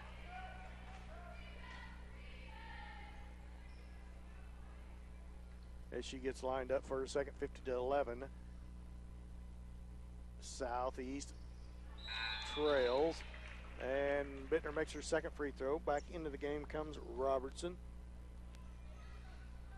As Doherty set to put the ball in play for the Indians. Sub in for the Lancers. Kenna Doherty feeds it ahead to Albertini. Now lobs it back to Doherty. Stolen away, swatted away. And Southeast comes out of there with it. Feed ahead to Hartman. Hartman with the basketball, dribbles to her left. And we had an injury stoppage as Robertson was on the floor on the other end. She appears to be fine, so it'll stay with Southeast as Wren set to put the ball in play. And it's a feed in to Robertson. Holds it, dribbles to her left, down to the baseline. Shot up is good. Good hard drive by Robertson gets it to go. 1:56 left to go in the third. 50-14, Indians lead. Albertini with it, feeds it back up top to Doherty, around to Simi. Simi to her left, feeds it to Doherty, Kenna Doherty that is. She dribbles to her right, reverses it back to Albertini. Long three-point shot by her, off the rim, no good. And it's out of bounds. It'll stay with the Indians out on the Lancers. After not scoring any points in the first half, Robertson comes back with 6 points of the 14 for the Southeast Lancers. She's definitely more aggressive this half. Simi with it, feeds it off to Albertini. Albertini, top of the key, reverses it back to Elise Doherty. Elise Doherty with a jump stop into the lane. Shot no good, but she's going to go line shoot two. Good aggressive move by Elise Doherty with the jump stop right outside the left-hand block. A little too hard off the rim. It won't go, but she's fouled. That's Robertson's fourth foul. I imagine he'll leave her in the game at this point. First free throw is no good. As she settles in for her second, does Doherty. It's on its way. In and out, no good. Rebound is Hartman. Hartman feeds it off to Robertson.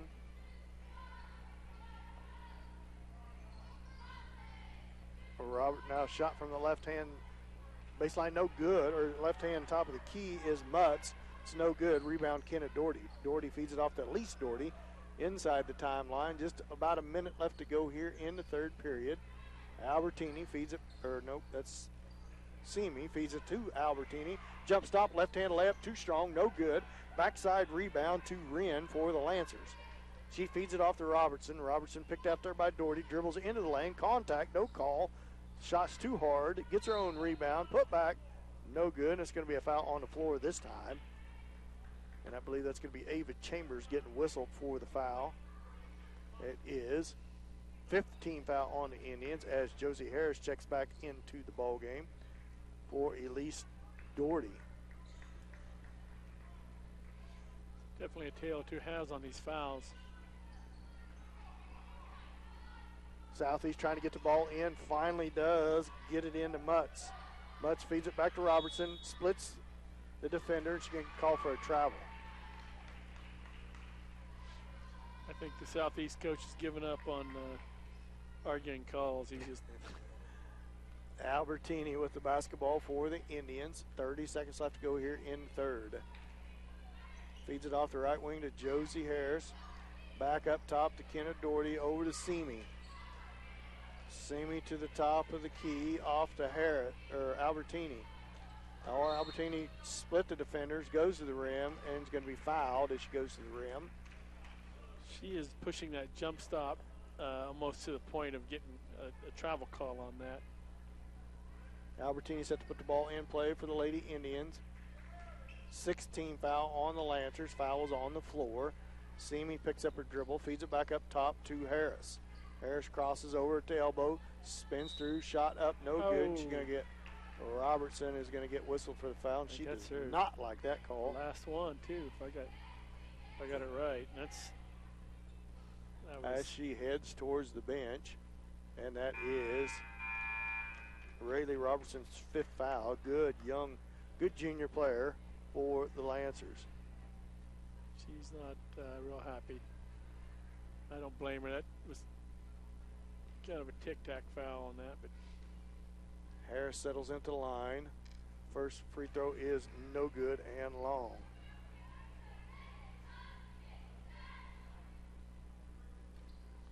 I think at this point you got to compose yourself, go home, and not get upset. I mean, from this point. The second free throw is no good by Harris. Rebound comes out to Hartman. And that's the end of the third quarter. Score is Indians 50, the Lancers 14. We'll be back after this 1-minute timeout. You're listening to St. Paul basketball on Hot 105.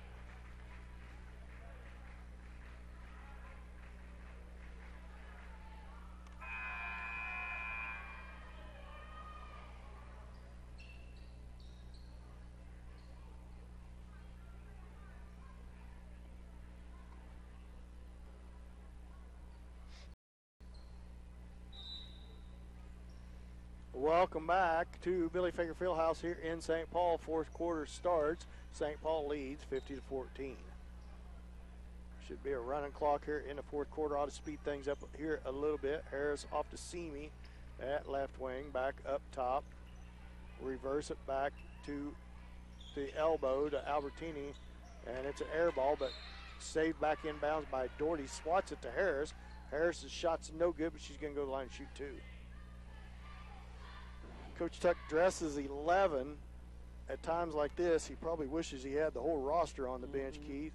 15 on the squad for the Indians is going to be plenty of opportunity for a lot of extra playing time. There was against Chitopa and here again tonight against Southeast, where right now at the moment it's 5 freshmen on the floor for the Lady Indians. Harris is 3 for 4. I mean, she's 1 for 4 at the free throw line. Right wing, and that's going to be stepped out of bounds is number 24, Hartman. And it's going to be a turnover. Go back to the Lady Indians. Just under 7 minutes left to go in the game. Indians lead 50-14. Doherty with the basketball. Kenna Doherty feeds it off to Chloe Simi. Cross court pass to Albertini. Albertini loses her footing, gets it off to Simi, or Kenna Doherty. Shot up, no good. Rebound is Southeast. And it's going to be a foul. No. I think jump ball, wasn't it? It's going to be a jump ball. Possession arrow stays with the Lancers. Bittner into the ball game for Southeast, as well as Mutz and Jacobs, I believe. Nope, that's not Jacobs. Yes, it is Jacobs. Haynes with the basketball for the Lancers. Up by the timeline, guarded out there by Albertini. Jacobs now with it. Simi all over her. Goes with her left hand, gets poked away. Now Harris with it. Harris with the steal, loses it, picks it back up. Down to Doherty under the basket. Too hard. Rebound to Harris on the backside. Put back is no good, and she's fouled. Seems like the easier the basket, so less chance we make it, Dan. Harris back to the line again to shoot 2 as she settles in at the line. First free throw on its way, no good. As her free throw woes continue as she settles in for her second. Second free throw on its way and rattles in, good, and falls through. St. Paul leads 51-14, 5 minutes left to go in the game. That's going to be a travel on Mutz as she crossed over and drug her feet and whistled for the travel. Busy night here, Keith. Junior high basketball was at St. Pat's, so I see them coming back into the gymnasium here as the crowd gets thicker as the night goes on. 8 games tonight, 4 over in the old gym and 4 over here. Sophia Albertini with the basketball, right wing to Harris. Harris holds the ball over her head, back up top to Chambers, over to Simi. Simi to the right, to the left, dribbles towards the top of the key, swings it off to Albertini into Chambers, and she gets it stripped away and stolen. Jacobs with it for the Lancers. Gets it poked away by Siemens. Ball's loose on the floor. It's going to be jump ball. Now the possession error goes to the Indians. That's good quick hands by Simi. She just reached around and popped that out very clean and able to create a turnover for the Indians. Kenna Doherty feeds it in to Sophia Albertini. Off to Doherty. Doherty up top to Simi. Simi reverses it back to Harris. Harris feeds it to Albertini at the elbow. Feeds it off to Kenna Doherty. It looked like a double dribble to me, and it was a double dribble on Kenna Doherty as she went to her left and got it with both hands. Turns it back over to the Lancers. 3:33 left to go in the ball game. 51-14. Indians lead big. Jacobs with the basketball for the Lancers. Outside the free throw line, and it's going to be a foul on Josie Harris. Her 4th, I believe. And 6th team foul on the Indians. Number 44 to the scorers table for the Lancers. Shirenzi up top to Jacobs. Jacobs to the right, now back to the left towards the elbow. Bounce pass inside to Bittner, shot up, no good, but she's fouled by Chambers. Bittner's going to go line to shoot 2. As Chambers whistled for the foul, that's her second. Team foul number 7 on the Indians. Bittner at the line to shoot 2. First free throw on its way and gets it to go. Looked like it was going to be long, but it rattled in. Bittner settles in for her second. It's on its way and off the backboard, good.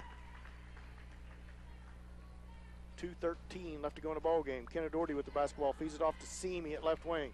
Dribbles towards the baseline, now tries a bounce pass in through traffic. Jacobs comes out there with it. She's going to be fouled. She's going to go to the line, shoot the front end of 1-1. And that's going to be on Sophia Albertini.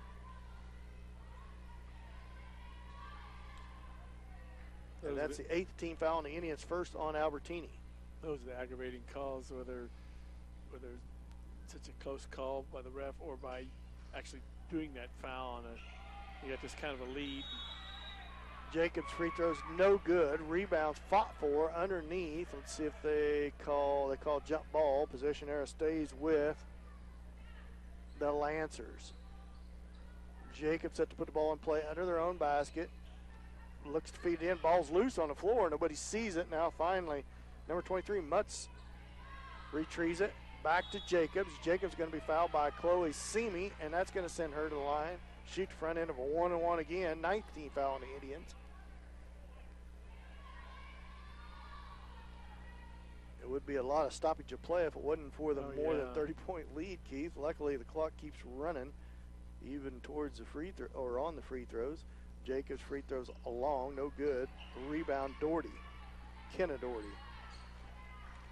Doherty across the timeline, left wing off to Semi into Chambers. Chambers shot no good. She's fouled. She'll go line and shoot 2. No, they call travel. Excuse me. I thought she traveled, but thought he held his hand up like it was foul. It was a travel on Chambers. Under 30 seconds left to go in the game. 51-16 is the Indians' lead. Indians are going to come out victorious, start the season 3-0, and will play Columbus to try to win the preseason tournament here at St. Paul. Ooh, and that's going to be a foul on Josie Harris.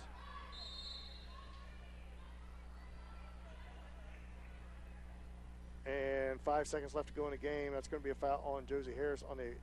Is going for the loose ball. Nothing, didn't mean anything by it, but Jacobs took a pretty good hit from Harris. That is the 10th team foul on the Indians. Indians are in the Indians put the Lancers in the double bonus. So it'll be 2 free throws for Jacobs.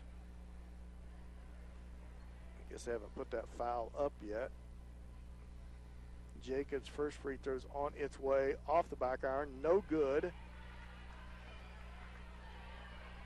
Who's that on?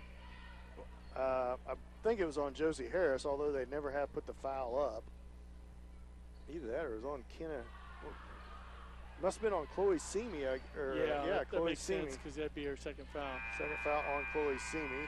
Final score, Indians 51, Lancers 16, and a nice victory put together by the Lady Indians. We'll be back with your post-game show after this 2-minute timeout with St. Paul basketball on Hot 105.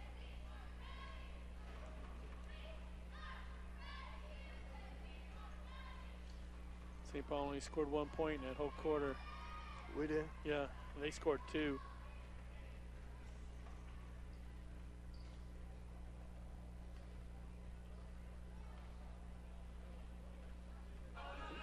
Decent.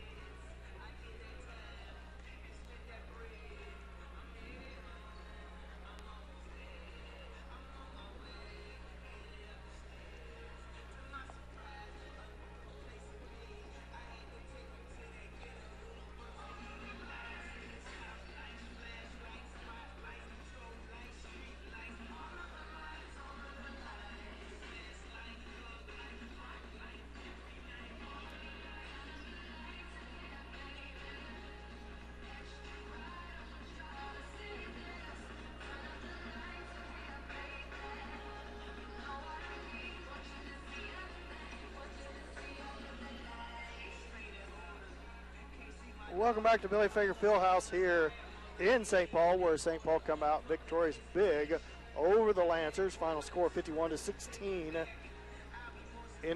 Lady Indians with a big victory as the Southeast boys and St. Paul boys are on the court warming up for our last game of the night in this preseason tournament here tonight, Keith. Yeah, the girls with 2-0 record on this tournament so far have poised themselves to, if they can take off Columbus tomorrow night, to win this tournament. Columbus, I think, is in the same situation. Did they beat Southeast the first night?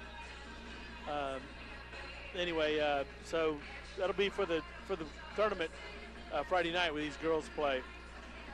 Keith, you want to go ahead and go down to scoring for the Lady Indians for final game stats? Yeah, take a look at final scores. Actually, I hadn't got that tabulated, Dan. If you got Okay, that that's there. fine. Yeah, sorry about that. Yeah, no, that's fine. Hutcherson ended up on the night 3 for 5, 13 points from the floor. Coons 4 for 7 for 11 points. Struthers 3 for 5 for 8 points. Bradshaw ended up with 10. She was 3 for 7 from the floor. Doherty ended up, that's at least Doherty, ended up with 2. Kenna Doherty ended up no points on the night. Albertini with 5. Harris with 2 for a total of 51. Indians shot 15 for 37 from the field, shooting 40%, 13 from 23, 56% from two-point land, and only 2 for 14 from three-point land for 14%. Indians ended up going to the free throw line 31 times on the night and only ended up making 19 free throws for 61%. If you remember in that first half, that free throw percentage was 85%, so it went down drastically here in that second half. Indians had 9 turnovers on the night, 21 total fouls on the night, 12 steals, 17 rebounds, 5 offensively, 12 defensively.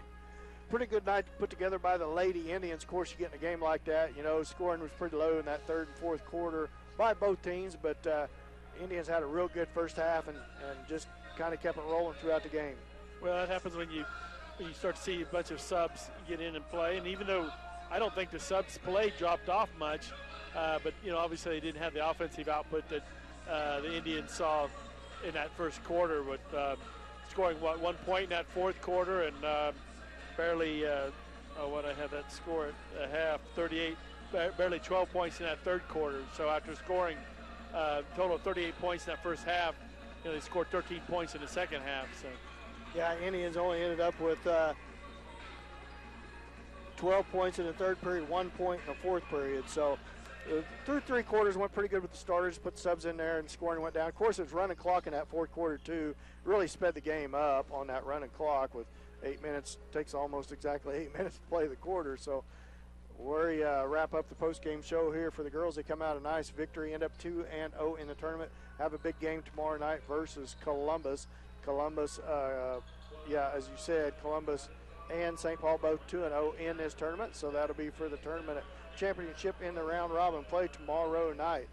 Both teams finishing up their warm-ups here. We're going to take a little bit of an extended break. Cody back in the studio, taking a little bit of a break for Keith and I. There's about 10 minutes till tip-off, so we'll be back on the air in about 5 or 6 minutes with a pregame show for the St. Paul boys. You're listening to St. Paul girls basketball, or St. Paul Indian basketball on Hot 105.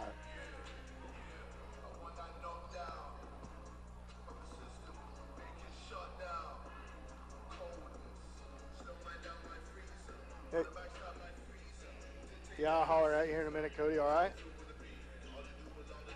Thanks.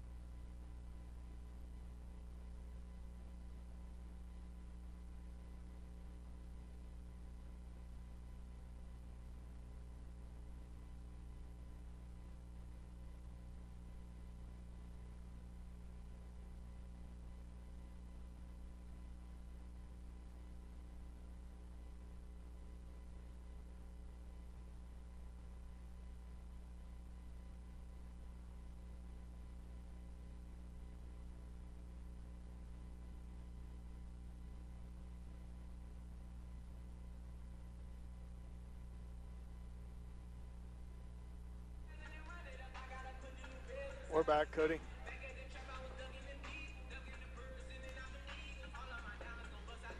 How much? 4:30? You're going to have to cut in here pretty quick. Okay, that'd be fine.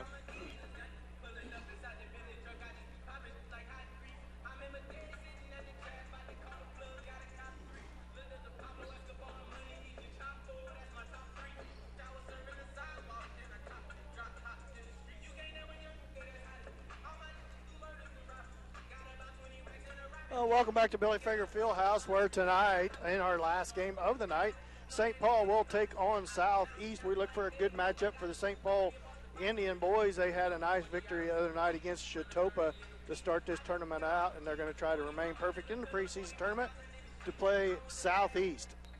Keith, what do you expect out of tonight? Well, I think, first of all, that this will be a good gauge on how St. Paul looks tonight. They were just totally outclassed in Galena the other night. Of course, Galena, a 4A school, so you kind of expect that on some level.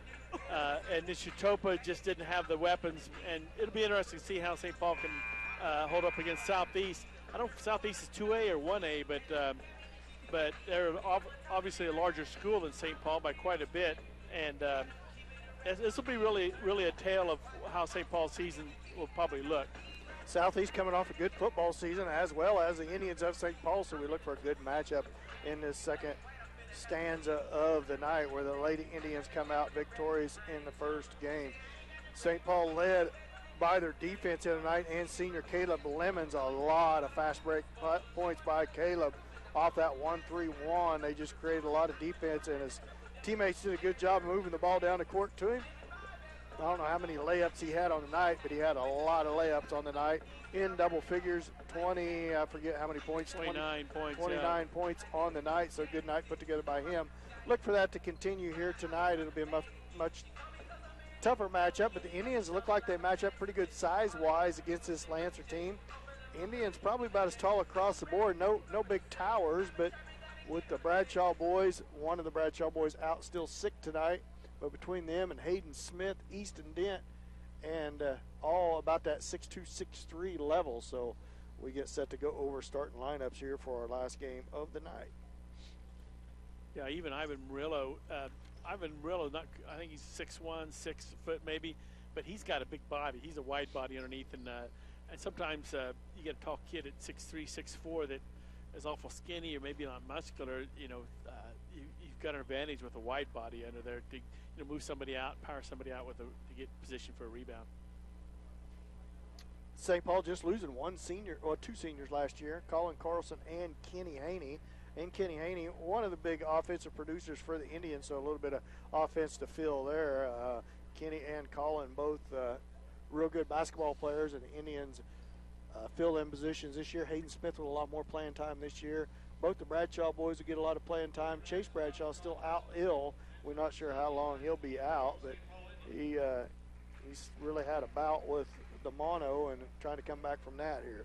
Well, you're right. He needs to get some weight back on him too. It sure help him out. Like I said, underneath the basket, maybe get some strength back too. As we set to get over starting lineups, Athletic Director Keith McCracken going over how you're supposed to behave, Keith, tonight. So make sure you listen real good. That's right. I don't think I should say, as the Southeast coach. Listen to that. A coach has got to get that every once in a while. Right.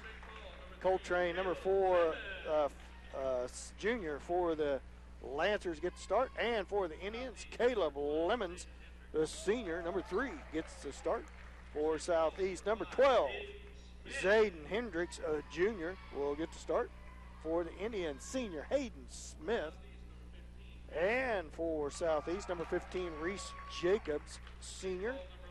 For the Indians, Adam Albertini, good to see him back in the starting lineup. He got a little banged up there tonight with that knee that's caused him problem, but it looks good. It seems like he keeps hitting the same spot every night. Good player for Southeast, Hayden Wilson, senior, gets the start for Southeast.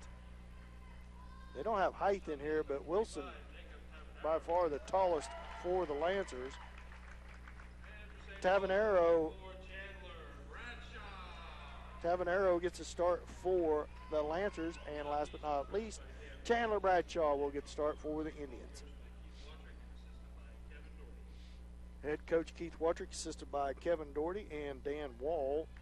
The coach for Southeast, assisted by Jake Thompson.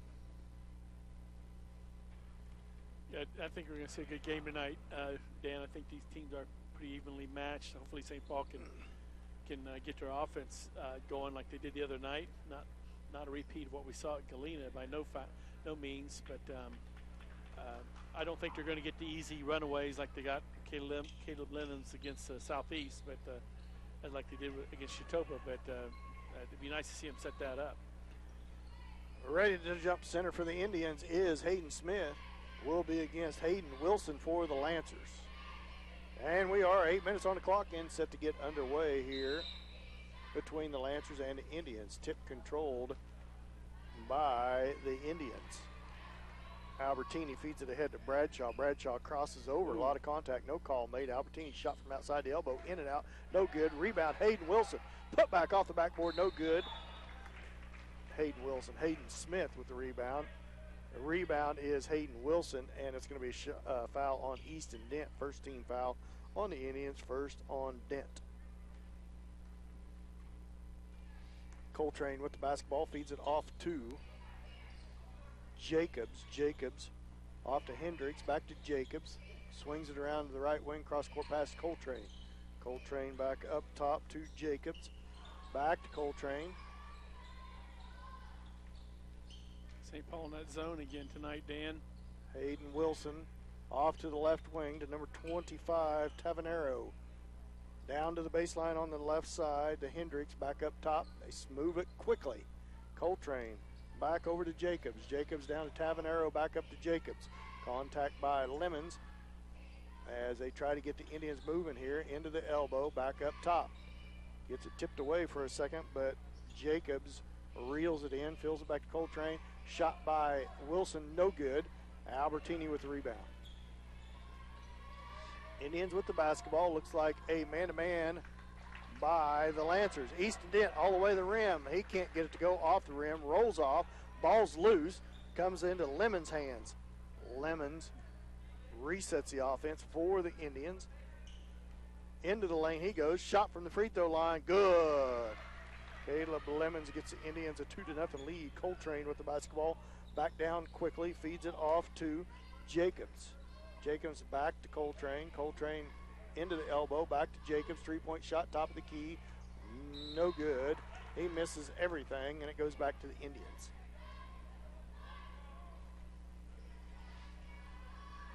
Albertini feeds it into Lemons. 6-12 left to go in the first. Indians lead 2-0. Lemons crosses half court, feeds it off to Chandler Bradshaw at left wing. Bradshaw holds it, looks inside, feeds it to Dent. Dent out by the three-point line, back to Lemons. Lemons feeds it into Hayden Smith, gets it swatted away and out of bounds off of Jacobs. Yeah, Lemons hesitated just a half second too long on that. Let the Southeast Lancer defender get over there. Albertini set to put the ball in play. Feeds it in to Chandler Bradshaw. Bradshaw holds it up by the timeline. 5:49 left to go in the first. Indians lead 2-0. Lemons left wing, well outside the arc with the basketball. Dribbles with his right hand. Now back at top of the key to Hayden Smith. Man-to-man defense applied by the Lancers. Off to Chandler Bradshaw. Bradshaw feeds it into Dent. Dent back out to Bradshaw through his hands. And it's going to be a backcourt violation. It got away from Bradshaw. Ends up in the backcourt. I was hoping he would just fling that back before he touched the other half court, but he decided to pick it up, and it's a violation. Jacobs feeds it in the back court to Coltrane, the junior.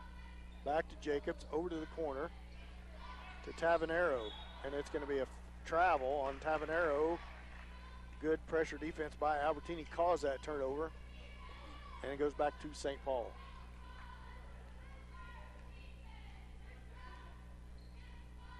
Hayden Smith with a little height advantage. I think the Indians been trying to work it into him a little bit. Albertini shot from the baseline, up short, no good. Ball's loose. Bradshaw chases it down, feeds it back to Caleb Lemons. I'd like to see Caleb Lemons down on the post too against Coltrane. He has a little height advantage also. He's pretty savvy around the rim also. Feed into Bradshaw, shot from the elbow on the way, short, no good, or long, no good. Rebound, Southeast. Coltrane with the basketball, tries to split two defenders. Oh, somebody's gonna get whistled for a foul. I thought he traveled as he tried to split the defenders. It'll be Southeast basketball under their own rim. Second team foul on the Indians. First on Lemons, wasn't it? Who's 23? Oh, there is I no thought he said 23. Three, okay, it is on Lemons. Coltrane with the basketball. Kicks it back up top. Tavanero swings it around all the way to Hayden Wilson. Shot now. It's going to be a foul by Bradshaw. And that's going to send number 15, Reese Jacobs, the senior, to the line to shoot two.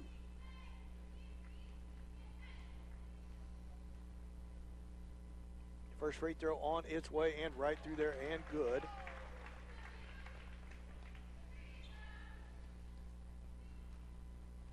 As Jacob settles in for his seconds on its way and good. And we are tied at 2.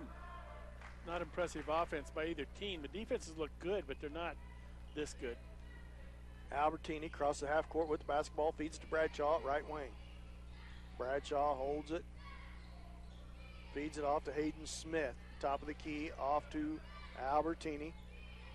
Albertini pressured hard out there to the free throw line, and he sings it out of bounds. And it's a turnover on Albertini and goes back to the Lancers. St. Paul's offense just not in rhythm right now. St. Paul in a 1-3-1 zone defense. Jacobs set to put the ball in play. Feeds it into Coltrane. Coltrane back to Jacobs. Down to the corner, Tavanero. Back up top. Swings it around. Coltrane three-point shot. Good. From the right wing, Coltrane buries a three. Gives Southeast a 5-2 lead. Lemons with the basketball. Feeds it off to Albertini. Albertini towards the rim. Backside to Hayden Easton Dent. Shot up and good. And they're going to call it good. And that's a shot on Wilson as Wilson got in the air and Dent gets it to go and goes to the line for the and one. Easton Dent settles at the line. First foul on Southeast. Short on the free throw. And that's going to be a save inbounds. Good hustle by number 15, Jacobs, as the Indians already retreated. Coltrane with the basketball. At right wing, works against Lemons, kicks it back up top to Jacobs, swings it around to Hendricks. Hendricks to Coltrane. Coltrane in the lane, back to Hendricks. Out to Hayden Wilson. Back up to Hendricks, swings it around to Coltrane. Into the lane, kicks it out to Jacobs. Back to Coltrane, shot from the elbow, good. 7-4, 3-point lead for the Lancers. Well, you don't want to see Lancers get hot. St. Paul's anything but hot right now. They've either thrown it away or can't hit the bottom of the net. They just don't seem comfortable in this offense. Hayden Smith whips it in down low to Easton Dent, guarded by Wilson. Shot from the baseline, long. No rebounders for the Indians. Backside rebounds Jacobs. Jacobs to the right side of the court for the Lancers. Kicks it up top to Coltrane. Coltrane dribbles with his right hand, kicks it back to Jacobs. Jacobs into now kick up top, now back to Jacobs, back to Wilson. Wilson into the lane, shot up, no good. Another foul on Dent. Second foul on him, fourth team foul. Maybe the third. Yep, 14 foul on Indians. Second on Easton Dent with 2:25 left to go in the first. Hayden Wilson goes to the line to shoot two. First free throw rattles in, good. Ivan Murillo checks in for him.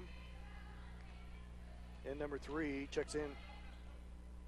Burdette checks in for the Lancers, as well as Nate Jacobs, a sophomore.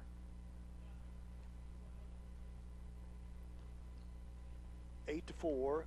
Lancers up by 4. Second free throw by Wilson's good. Lancers lead by 5, 9-4.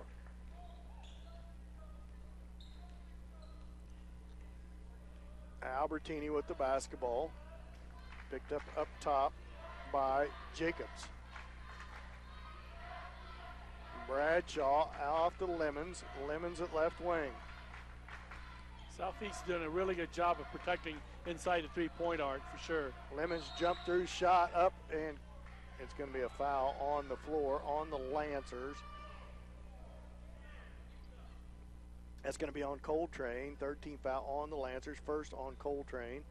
Albertini set to put the ball in play for the Indians under their own basket. Somebody better get free. Hayden Smith with the basketball, feeds it off to Lemons. Lemons inside the timeline, three-point shot, long, no good. Hayden Smith with the rebound, put back good. Good rebound by Hayden Smith. 9-6, Indians trail by 3. That's what Hayden needs to do. Jacobs. He needs to assert himself underneath the basket. Feeds it off to Coltrane, right wing, back up top to Jacobs. Jacobs swings around to the left side to Berdetti. Berdetti off to Coltrane to the right. Dribbles one dribble, now back, three-point shot from the top of the key, no good. Long rebound to Southeast. Coltrane, he traveled with it. Yes, he did. Yeah. And he gets called with the travel as he tried to hit Hayden Wilson on the bounce pass, but he traveled before he got there. 1:14 left to go in the first, 9-6, three-point lead for the Lancers. Feed down to Bradshaw, contact, no call, but now there's contact and a foul called from behind. It's going to be on Nate Jacobs, a sophomore. Third team foul on Southeast. The first. Chandler Bradshaw with the basketball on the inbounds, hands it back off to Albertini. Albertini over to Lemons. Lemons shot inside of the rim, no good, inside the paint. Rebound by Southeast. Coltrane with the basketball, crosses over, feeds down to the baseline, now back up to the top of the key to Coltrane, poked away from Lemons. Bradshaw loses it, and it's going to be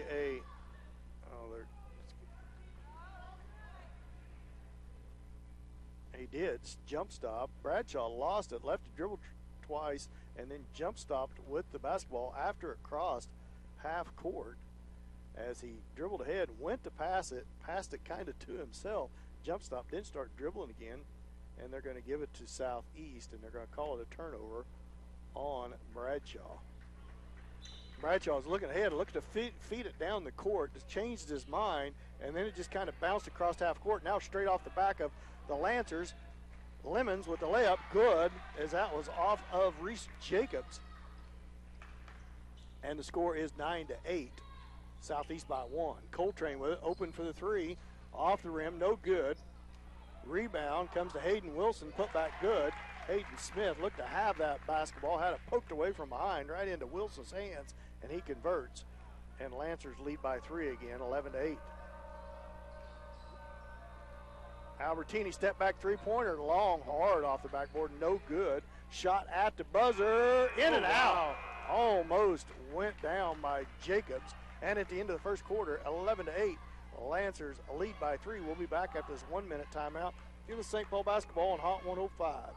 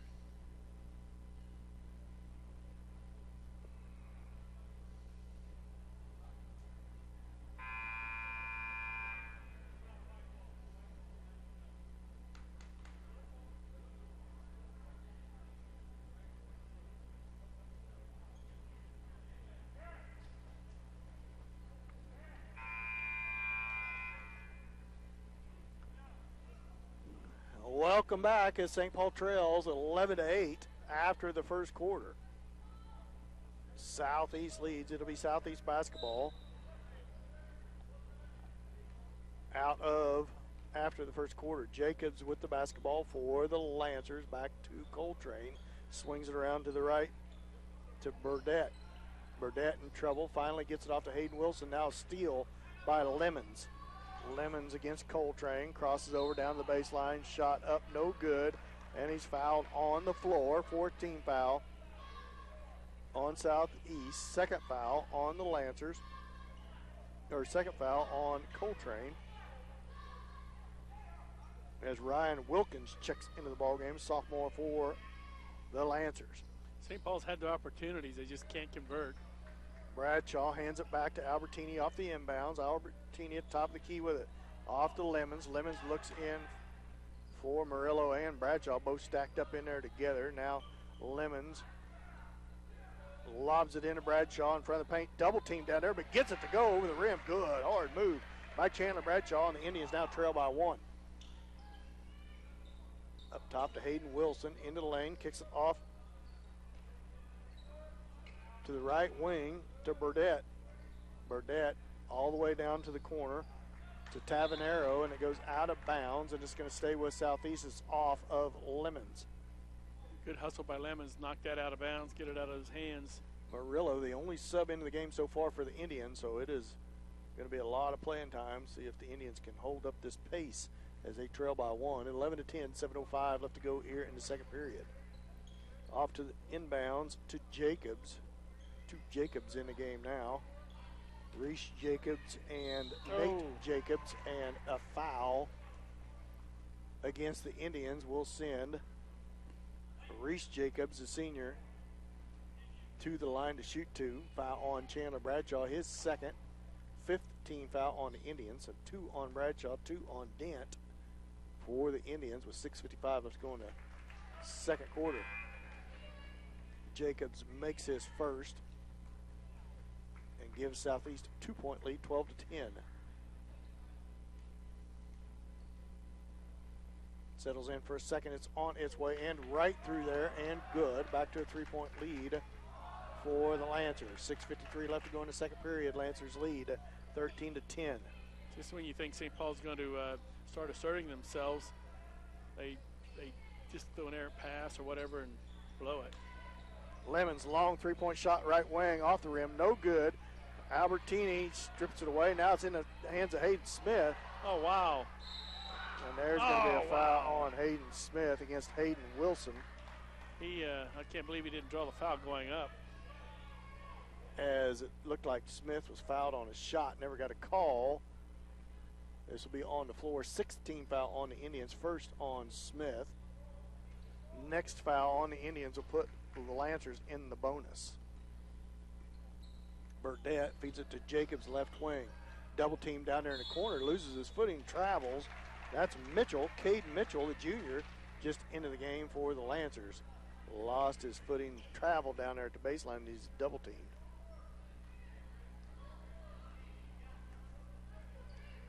Lemons with the basketball, crosses the timeline. Feed in to Bradshaw, to Albertini, 3-point shot by him. Good! Just what St. Paul needed right there, yeah. Finally got a 3 to go. He's been pretty cold to start the season. Usually a pretty pure shooter for the Indians. See if he can start getting warmed up. Lancers corner, 3-pointer on the way, in and out, no good. Rebound Lancers. Jacobs, put back, short, no good. Backside rebound. St. Paul just not rebounding. Hayden Wilson, and he makes them pay and shoots a 3 from the baseline and gives the Lancers another 3-point lead. You give the Lancers 3 or 4 opportunities at the basket, eventually they're going to make you pay. Lemons right to the rim, gets it to go, and cuts the lead to 1, 16-15. Reese Jacobs with the basketball for the Lancers, down to the corner to Tavanero, and they're going to call, who are they going to whistle for the foul? They're going to whistle Albertini for a foul. It's going to send number 3 to the line, I believe, Burdette, to shoot the front end of 1-1. 17 foul on the Indians, first on Albertini. Burdette at the line to shoot the front end of a 1-1 as the Lancers are in the bonus. It's on its way and right through there and good. They haven't missed many of their free throws tonight. Try to get a percentage here in a second. Settles in for a second. It's on its way and right through there and good. 18-15 lead, 3-point lead for the Lancers. 5:19 left to go in the first half. Bradshaw pressured out there by Jacobs. Now Murillo with it. Right wing. Feeds it up top to Lemons. Lancers are 8 for 8 at the line. Dribbles to the right. Now towards the baseline. Pull up jump shot. Short. No good. Rebound. Hayden Wilson for the Lancers. St. Paul is just not getting any rebounds. They're not crashing the boards at all. Swings it off to the right wing. 3-point shot on the way. Wow. And good by number 5, Nate Jacobs, a sophomore, and gives the Lancers a 6-point lead, 21-15. That was a heavily contested shot. Hayden Smith drives the baseline. Now a bad pass. Gets it stolen away. Burdett off his foot, right out of bounds, and goes right back to the Indians. Easton Dent checks in. 4:27 left to go before half. He comes in with 2 fouls. Going to have to be careful here not to pick up a third. 6-point lead for the Lancers, 21-15. 4:27 left to go in the second period.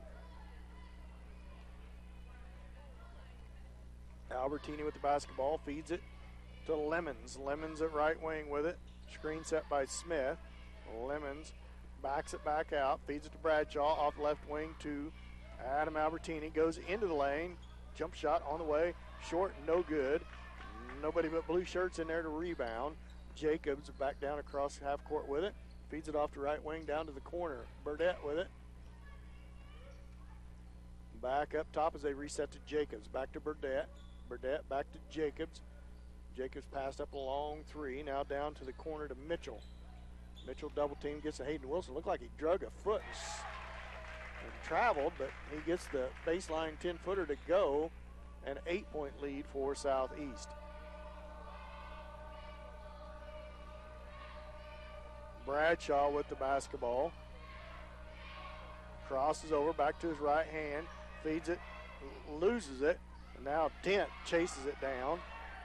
Feeds it back to Bradshaw. Back to Albertini at right wing. Albertini to the left elbow. Back to Hayden Smith to Bradshaw. Bradshaw at the baseline, drives in. And there's going to be a foul on the floor. 15 foul on the Lancers. Let's see who this foul is on. 8-point lead for the Lancers. Indians need a bucket to keep this from getting out of hand. Nate Jacobs checks back into the game for Reese Jacobs. Albertini set to put the ball in play for the Indians under their own basket. Looks and looks and looks and knocked out of bounds. Good hustle play by Burdett for the Lancers. Stays with the Indians. Burdett, just a freshman. Albertini looking for somebody to get it into. Finally gets it into Lemons, and it's going to be out of bounds. And a turnover, and it goes right back to the Lancers. The Indians can't even get the ball inbounds. Real aggressive defense by the Lancers has got the Indians pretty stagnant on offense. Lancers get multiple shots at the basket. The Indians can't get one. Ball's loose on the floor. Lancers chase it down. Hayden Wilson right in front of the rim. Short. Gets his own rebound. Kicks it out. 3-point shot. Right place on Mitchell. No good. Long rebound comes out to Lemons. Lemons against Wilson all the way down. Layup. No good. Hayden Smith with the putback. Good. Timeout. Coach Watrick. With that, we'll take a timeout. We'll take a 1-minute timeout. It was St. Paul basketball on Hot 105.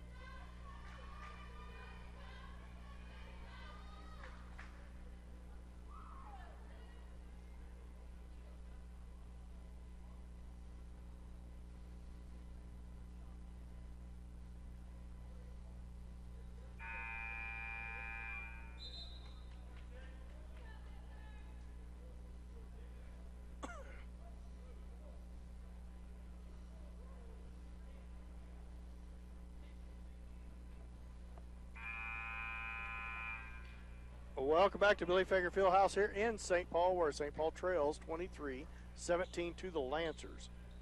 It'll be Lancers basketball. 2:37 left to go here in the second period. Reese Jacobs, a little full court pressure applied by the Indians, as now they retreat a little man-to-man full court pressure. Lemons up top. Now they transition back into a zone. And that's going to be Easton Dent's third foul with 2:23 left to go in the second period. Dent picks up his third on not a very smart foul by Easton. 8th team foul on the Indians. That's going to send Jacobs to the line to shoot the front end of a 1-and-1. It's on its way off the rim. No good. Hayden Smith with the rebound. Feeds it to Albertini. Albertini, right wing with it. Dribbles out there against Tavanero. Feeds it off to Lemons. Southeast has been the man-to-man the whole way. Bradshaw, turnaround shot, gets it to go over the front of the rim and cuts the lead to 4, 23-19. Lancers lead. Off to the corner to Hayden Wilson. Back to Wilson. Wilson into the lane and gets the floater all the way across the lane with his left hand to go, and back up to a 6-point lead for the Lancers. It's about time St. Paul gets in the catching up. The Lancers respond. A lot of dribbling. Lemons with the basketball into the lane. Left-handed layup, no good. Easton Dent with a rebound, trying to find position, gets a block, gets his own rebound, gets it swatted away again, and it's going to go out of bounds. And it's going to go back to Southeast. Murillo back into the game for Dent. A little forecourt pressure applied by the Indians. Reese Jacobs set to put the ball in play. Looks, feeds it into the backcourt. Gets it into Nate Jacobs down the court to Burdett. Could have been a carry on Burdett as he really hesitated with the ball with his left hand. Reese Jacobs looks to drive the baseline, whips it back up top. Burdett, three-point shot, right wing, good. Cade Burdett, the young freshman, second three-pointer of the night by him. 28-19, 9-point lead for the Lancers. Coach Wadrick at halftime just going to have to get these guys something figured out here. That's going to be a moving screen on Hayden Smith. And it's going to give it right back to the Lancers as he wasn't set on the screen, and gives it back to the Lancers. Lancers have a 28-19 lead, 9-point lead for the Lancers. As they're set to put it in play. And they feed it in to Jacobs. And ahead back to Burdett to Jacobs. Jacobs drives the baseline. He travels with the basketball. Turns it back over to the Indians as he went hard to the basket, but got his feet tangled up. Traveled with the basketball. Under a minute left to go. 28-19. Lancers up by 9. Bradshaw left wing with the basketball. Up top to Murillo. Murillo off to Lemons. Lemons fakes the three. 28 seconds left to go. Still holds the ball. Feeds it up top to Bradshaw. Bradshaw into the lane. Little floater on the way. No good. Rebound is Hayden Wilson for the Lancers. Feeds it ahead to Burdett. Burdett back up top to Reese Jacobs. Back to Burdett. 7 seconds, 6 seconds. He'll pull up, take a three, and he does. Top of the key, partially blocked by Bradshaw. Step back three-pointer at the buzzer, no good. And at the end of the first half, Lancers are going to lead the Indians 28-19, 9-point lead for the Lancers. We'll be back with your halftime scores, individual scores, after this 2-minute timeout. This is St. Paul basketball on Hot 105.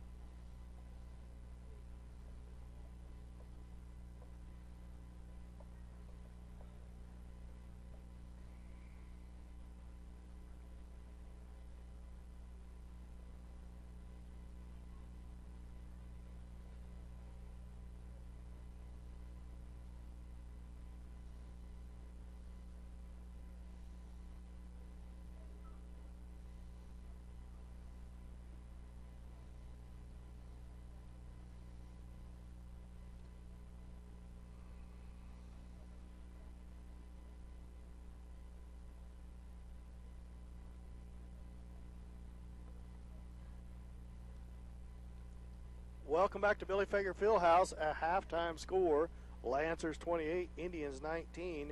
Indians rough start here in the first half. Can't get much going offensively and getting out-rebounded horribly on the offensive and defensive end of the floor. And Lancers just playing better than Indians so far tonight, Keith. Yeah, that's right. St. Paul seems like they set up a good offense. Seems like they get the ball down there, but they just can't finish with the shot, or they've been making some wild and crazy turnovers too. That's really has hurt them. Just throwing the ball away. Sets up the other team for a good play. Looking at what the stats for the half, St. Paul 19 points on 9 of 19 shooting from the for the night, 47%, which is not a terrible percent, but just haven't had a lot of attempts because of turnovers and good defense by Lancers. For the 2-point field goals, they're 8 of 18 for 44%. They're 1 of 1 from three-point land, which is 100%. That's Adam Albertini's one shot, and he sunk that one. At the free throw line, they're just 0 for 1, so they haven't had a lot of fouls called underneath the basket to try to get some free throws.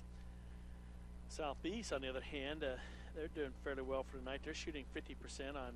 They got 28 points on 8 of 16 shots, 50% from 2-point field goals. They're 4 of 9 for 44%. I thought they'd be way better than that. But what really hurt us was their 4 of 7 for 3-point land for 57%. And another nail in the coffin, so to speak, for the half was 8 of 9 from the free throw line for 88% free throw shooting. So that's what's really making the difference. Those 9 points at the free throw line and 7 points for 3-point field goals. Seems like when St. Paul would get caught back up with the Lancers, they would bury a three-pointer, just take the wind out of our sails. Yeah, 9 free throws by Southeast and just 1 free throw attempt by the Indians, and that was Easton Dennis. He missed it. And to 9 total rebounds for the Indians, 5 offensive rebounds, 4 defensive rebounds. When you have more offensive rebounds than you do defensive rebounds, that's not a very good sign. Either the other team are shooting lights out, or you're not doing a very good job of blocking out on defense, which is so the case here tonight, as the Indians getting out rebounded on both ends of the court pretty bad, as they look to see if they can straighten that up here in the second half. The Lancers by far a lot deeper than Indians. Just one sub into the game for the Indians. Ivan Murillo, the only sub to come into the game. Everybody else has played the entire way, so we'll see if fatigue becomes a factor, and you know it's bound to, because even if you can somehow figure your way back into this game and win this game, you play Columbus tomorrow night back-to-back. So hopefully the Indians can hold up to the long week here this week. That's right, and it'd be interesting to see in the fourth quarter what they do with, how their legs hold up and how their shooting goes. I'm hoping that Coach Watry gets them in the locker room at halftime and lights a fire on them, or he figure something out and say, hey, let's try this, but right now they just haven't been able to put anything together. I think lethargic the last 2 nights, even in the big win against Chitopa, and especially in the win against Galena. I don't know if the late football season took it out of them or what, but they don't have that gel yet like you'd hope they would have right off the start of the season. About 4:13 until the second half tip-off. We're going to take another break here. We're going to take another 2-minute timeout. You're listening to St. Paul basketball on Hot 105.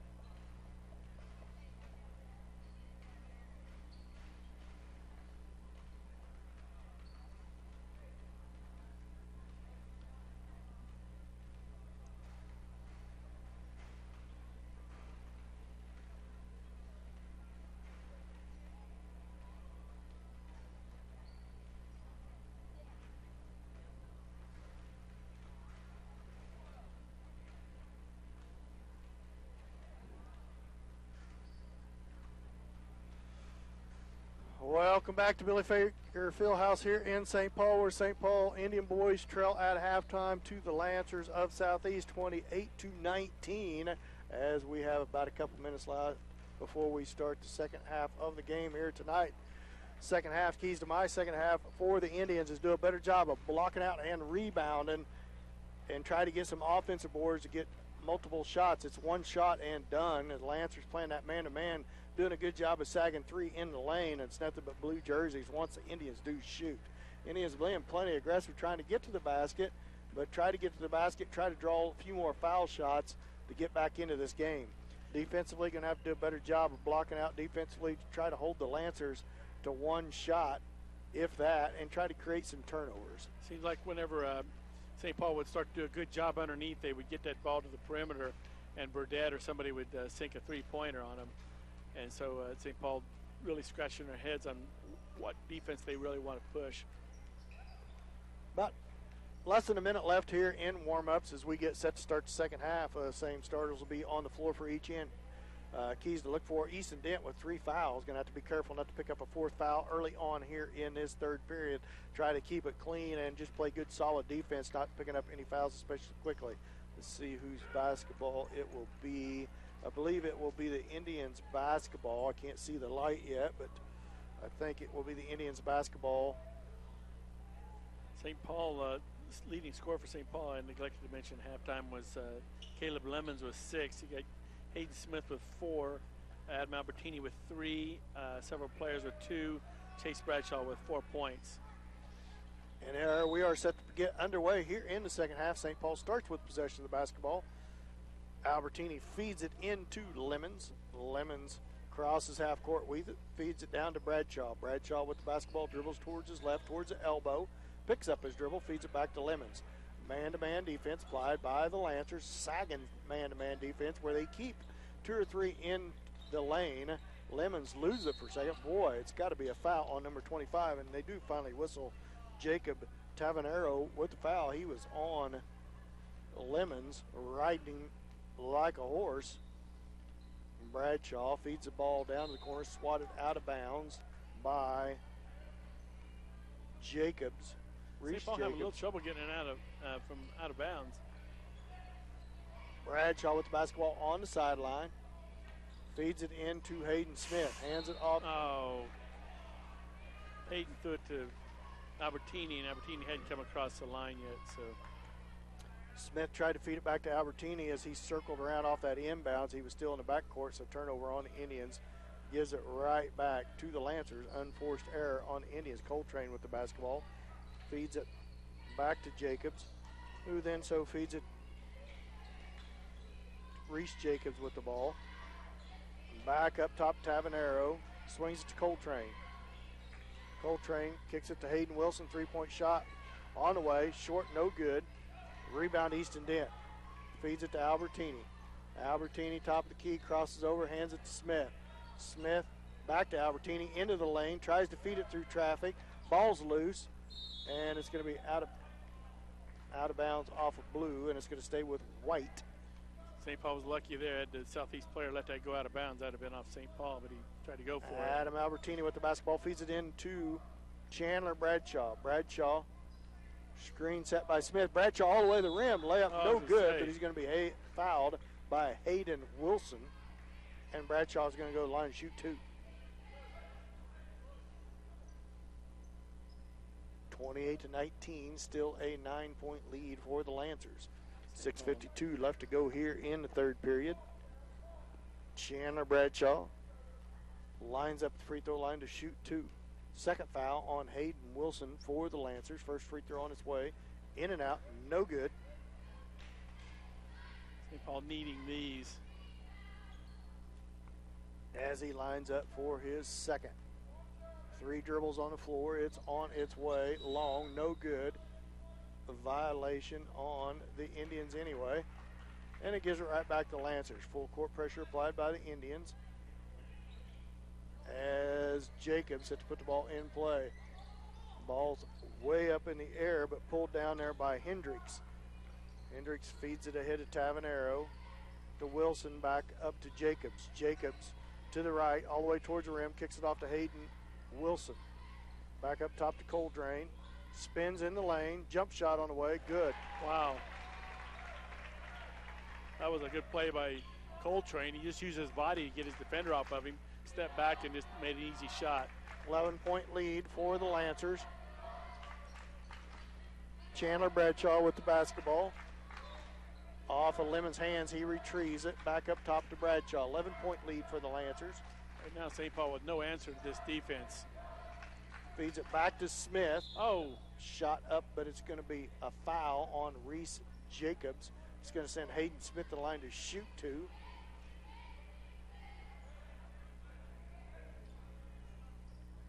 As that foul is Reese Jacobs' first foul, third team foul on the Lancers. Smith's first free throw on the way and good. 20 to 30, 10-point lead for Southeast. 6:07 left to go in the third. Hayden Wilson talking to the ref. I don't know what that was all about. Smith lines up for his second. 2 dribbles on the floor. Free throws on its way and right through there. Good. Hendricks feeds it in to Jacobs. Down the court to Coltrane. Dent picks him up. Coltrane all the way to the rim. Shot up, no good, but he's going to be fouled. And that's going to send him to the line to shoot Lemons two. Needs to run out and point to his number on that one because they want it against Dent. And that is going to be on Caleb Lemons. First team foul on the Indians, second on Lemons. Coltrane at the line to shoot two. First free throw short, no good. 21 to 30, 9-point lead for the Lancers. Coltrane settles in for his second free throw. It's up on its way and good. 21 to 31, 10-point lead for the Lancers. St. Paul needs to get this under 5 by the fourth quarter and build on that. Floater by Bradshaw, 10-footer, rattles home and cuts the lead down to 8. Coltrane with the basketball for the Lancers. Kicks it off, three-pointer. Jacobs off the rim, no good. Backside rebound's going to be a foul. Whistled away from the basketball. Dent had his hands on it. Poked out of his hands, but that's going to be a foul. Is that on Hayden Wilson? It is on number 25. Nope, it is on Tavon Arrow, the senior. His second, team foul number 4 on the Lancers. Let's see if St. Paul can capitalize here. Bring this down to within 6. The Indians basketball, 8-point lead for the Lancers. Bradshaw with it. Reese Jacobs swatting at the basketball. Now there's going to be a foul away from the ball.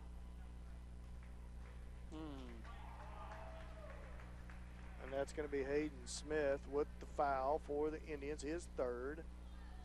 Away from the basketball. Coltrane with the basketball for the Lancers. Foul on Smith, gives it back to the Lancers.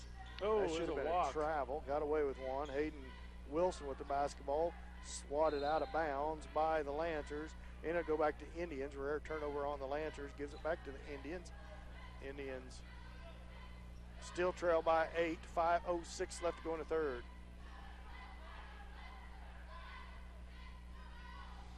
Lemons with it, feeds it off to Bradshaw. Jacobs is just swatting away at that basketball left and right against Bradshaw. He goes right to him. Feeds it back to Albertini. Albertini lobs it into Dent. Back to Bradshaw. Bradshaw floater on the way. Off the front of the rim, no good. Hayden Smith turnaround putback, no good. And that's going to be a foul on the Indians. That's going to be the fourth foul on Hayden Smith. It's either on Smith or Dent. That's going to be on Hayden Smith, his fourth. Third team foul of the night. That'll give him some time on the bench. And he's going to head to the bench with 4:40 left to go here in the third period. 8-point lead for the Lancers. Coltrane with the basketball for the Lancers. Man-to-man defense applied by the Indians. Albertini picks up Coltrane. Feed back to Hendricks, now to Wilson. Pull-up shot from the elbow, off, no good. Bradshaw with the rebound. Bradshaw comes down the right side of the floor behind the back dribble, tripped up a minute, gives it back to Albertini, three-point shot, good. Adam Albertini buries one from the left wing, much needed three for the Indians, 26-31, 5-point lead for Lancer. That's a carry on Reese. He gets away with it all the way down the lane, and it's going to be a charge as Dent was set. And it's going to be a charge on Reese, and it's going to be a timeout for Southeast. 5-point lead for the Lancers, 31-26. We'll be back after this 30-second timeout. You're listening to St. Paul basketball on Hot 105.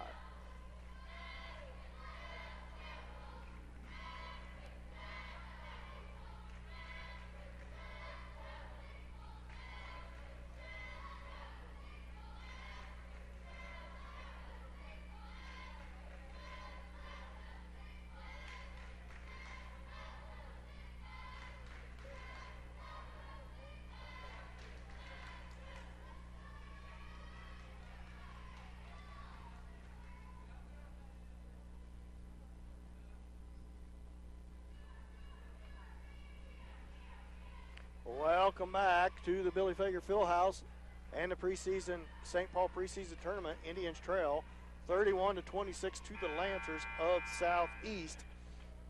But St. Paul will have possession of the basketball off the charging call called on Reese Jacobs. Yeah, St. Paul could convert here, at least get two down. They could get within three here. Seems like just about time St. Paul gets caught up, the Lancers go on a run, or St. Paul more than that. St. Paul shoots themselves in the foot. Quick two from Albertini as he streaked down the floor, pulled up inside the left elbow and scores and cuts the lead to three. Southeast leads by three, 31-28. St. Paul slowly chipping away here. Hopefully they can keep chipping away. Reese Jacobs with the ball, feeds it down to the corner to Wilkins, who's in the game. Now to Coltrane. Coltrane step back, drives in the lane, stripped away for a minute, but it's going to stay with the Lancers. It's out on Lemons. He stripped it out of Coltrane's hands, but it rolls out of bounds. Lemons didn't even know he stripped it. I think he caught contact with the ball with his body, turned around and saw it heading out of bounds and couldn't catch it. Burdette checks into the game for number 12, Hendricks. Oh, that's Tavanero. Excuse me, I was looking too far down the roster. Hayden Wilson to Tavanero, swings it to Jacobs. Back up top to Burdette. That's going to be a foul on Albertini. 16th foul on the Indians. Jacobs swatting all day, and they don't call that, and they just call that incidental body contact. Excuse me, 14th foul on the Indians, second on Albertini.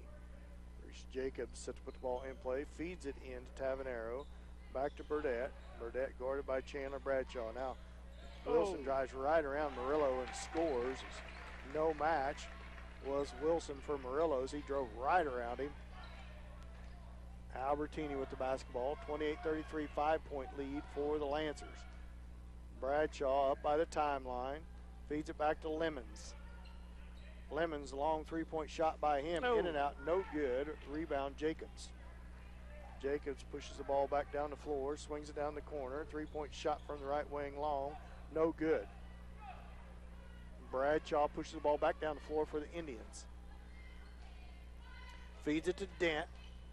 Dent over to Lemons. Lemons down to the corner to Murillo. Murillo dribbles towards the top of the key and almost a steal on a bad pass by Murillo. And it goes out of bounds. Jacobs. Reese Jacobs, the senior, swats it out of bounds. It'll stay with the Indians. St. Paul has to convert here. 2:27 left to go in the third. 33-28. Lancers up by 5. Oh, wow. He about stepped over. Lemons with the basketball. Crosses the timeline. Into the lane. Left-handed layup. Tough shot. No good. No rebounds. 4 guards stand outside the 3-point arc. And Coltrane all the way to the basket, too hard, no good. Bradshaw, feet ahead to Albertini on a breakaway. Albertini's layup, good. 3-point lead for the Lancers, 33-30. 2 minutes left to go in the third. Hayden Wilson with the basketball for the Lancers. A couple dribbles, feeds it back to Burdette. Burdette feeds it to Coltrane. Oh, he carried it, got away with it. Now back to Burdette, three-pointer, good. Oh, wow. That young freshman is left open, buries them threes right and left. Third one of the night from him. Back up to a 6-point lead as the Indians was chipping their way back into the ball game and then give up a wide open three to Burdett, and the lead is 6. Bradshaw tries to feed it through everybody to Albertini. Bad pass by him, and it's stolen away by the Lancers. Burdett wide open again for three, off the back iron, no good this time. Reese Jacobs with the rebound, feeds it back to Burdett. Burdett feeds it up top to Hayden Wilson. Wilson up to Coltrane, into the lane he goes, and it's going to be a foul on the floor by Murillo as Coltrane dribbles right around Murillo with no help and right to the rim. He's going to go to the back. He's going to go to the free throw line. It's going to be on the floor. 15 foul on the Indians. First on Murillo. 1:03 left to go here in the third. 6-point lead by the Lancers. Inbounds play. Burdett with the basketball back to the corner to Jacobs. Back to Burdett. Burdett cross-court pass to Hayden Wilson right into the lane. Layup, no good. And it's going to be Easton Dent with his forced foul, as they're going to have to switch somebody else on Wilson, because every time Wilson catches the ball outside, he drives right past Murillo, and there's no help. Dent got there way too late, and he's just picked up his fourth foul with less than a minute to go in the third. Free throw by Wilson is good as Hayden Smith checks back into the ball game for Easton Dent. Back up to a 7-point lead for the Lancers. Make it 7 as he misses short. Murillo with the rebound, feeds it off to Albertini. Albertini tries to feed it back into traffic, does get it to Murillo. Murillo's shot no good, but he's fouled, and he's going to go to the line and shoot 2. And that's going to be on number 5, Nate Jacobs, his sophomore, as Murillo goes to the line to shoot 2.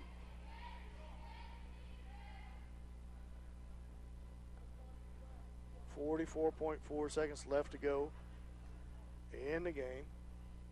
Free throw is good. 37-31, 6-point lead for the Lancers. 44.4 left to go in the third. Murillo gets set for his second. It's on its way and rattles in there good. Back to a 5-point lead for Southeast. Ball's loose on the floor. Jacobs and Albertini loses his shoe. Jacobs steals it back. Now steal back again by Lemons. Lemons with the basketball. 30 seconds left. All the way to the rim. Shot up. No good, but he's fouled by Hayden Wilson. It was a scrum back and forth on the floor about 3 times. Lemons and Albertini all over the basketball. And Lemons goes hard to the rim. It's fouled by Wilson. That's his third. 7th team foul on the Lancers, and that sends Caleb Lemons, the senior, to the line to shoot 2. Lemons settles in, tries to cut into this Lancer 5-point lead. It's good. St. Paul picking it up here a little bit at the free throw line right now. Down to 4.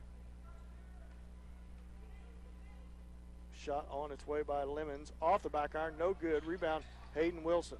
Feeds it out to Coltrane. They got number backside. Layup good, and he's fouled. Uh-oh. That's number 5, Nate Jacobs, on the fast break. Good pass to Coltrane through 2 defenders. Murillo and Lemons trying to hustle his way back on defense. Fouled by Lemons. And right back up to a 6-point lead as Jacobs is going to have a chance to make it 7. 23.5 seconds left to go in this period. Jacobs settles in at the line. Free throw is on its way and good. 7-point lead for the Lancers. It was 3 just a minute ago. Now it's back up to 7. 17 seconds left to go. Back up top to Albertini. 12 seconds back to Bradshaw. Bradshaw back to Albertini. 3-point shot by him off the back iron. No good. Burdett with the basketball. 4. Ahead to Jacobs. 3-point shot at the buzzer. Good. Oh, wow. 43-33, 10-point lead. The Indians fought so hard to get that down to a 3-point lead with about a minute left to go in that quarter. Now all of a sudden it's back up to 10. We'll be back after this 30-second timeout. Let's St. Paul basketball on Hot 105.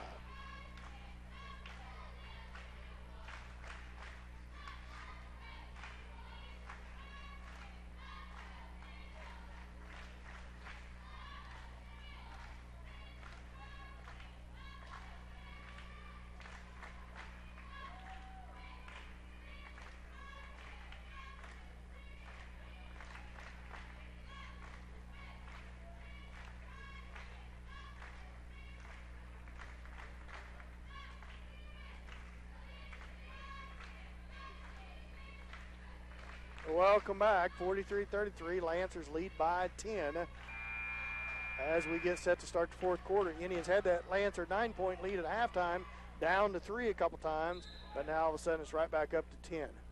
Biggest lead of the game for the Lancers. Albertini leading St. Paul with 10 points. Bradshaw and Smith with 6. Caleb Lemons with 7. And that's Myriad with 2 on the night. Hayden, Smith, Easton, Dent both in the game in the fourth quarter with 4 fouls each. 8 minutes on the clock. Lancers will start with the basketball. Coltrane with it. Crosses half court. Crosses over against Albertini. Feeds it off to Burdett, still in the game. Young freshman shooting well for Lancers. That's a travel on Coltrane. Whoops. Watch it up. As Coltrane throws the ball. Nothing intentional there. Throws the ball towards the ref. The ref was one calling the travels. He's worked his way down the court. Lemons. So to put the ball in play, it almost had it stolen away by Coltrane as the ref carrying thing on. I've ever seen, yeah. The referee having a heck of a conversation with Lemons. He wasn't paying any attention. As Albertini all the way to the basket scores, and he's fouled. That's what St. Paul needs more of, attacking the basket, drawing the fouls on them. 7:41 left to go in the game. 43-35, 8-point lead as Albertini has a chance to try to cut it to 7. Albertini's free throw on its way. Crawls over the rim and good.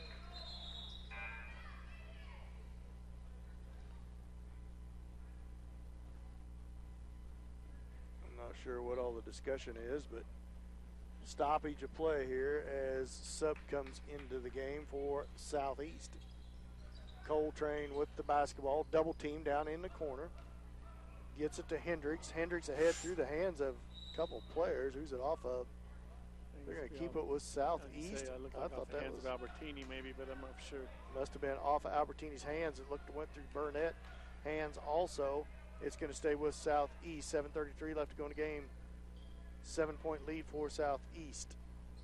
Indians really playing aggressive here on defense. They haven't quit by no stretch of imagination. Playing hard. A lot of people on the floor hustling. Coltrane all the way to the rim. Layup, no good. Rolls out. Ball's loose on the floor. Coltrane traveled. Gets after it and gets it off to Smith. Now swatted away. And now the ball's loose again. And Albertini lands up on top of Hendricks. And it's going to be a jump ball. Possession arrow is with the bad decisions Indians. by St. Paul. Bad decisions. And it's going to be Indians basketball off the possession arrow. Lackadaisical passing, just like that inbound pass. 43-36. Southeast up by 7. Albertini with the basketball. Top of the key with it. Dribbles to his right. Pull up jump shot. Albertini good. Adam Albertini starting to find his stroke here in the fourth quarter. Coltrane with the basketball. Double team. Bounce pass to the corner. Feedback to Jacobs. Crossover. Looked like he traveled, but he's going to get the layup to go. Wow. On the crossover. 45-38. Back up to a 7-point lead for the Lancers. Lemons with the basketball. Crosses over into the lane. Layup by him. No good, but he's fouled by Burdett. And he's going to go to the line to shoot 2. 6:43 left to go in the game. 7-point lead for the Lancers. Lemons at the line to shoot 2.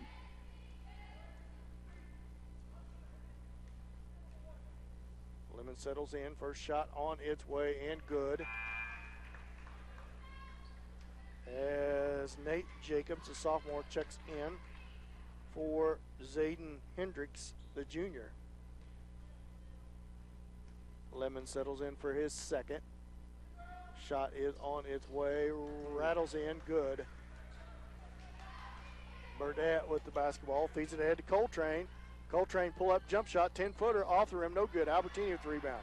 Albertini streaks down the left side of the floor all the way into the rim, kicks it back out to Bradshaw. Bradshaw in towards the rim, shot up off the backboard, no good. Hayden Smith rebound, put back, good.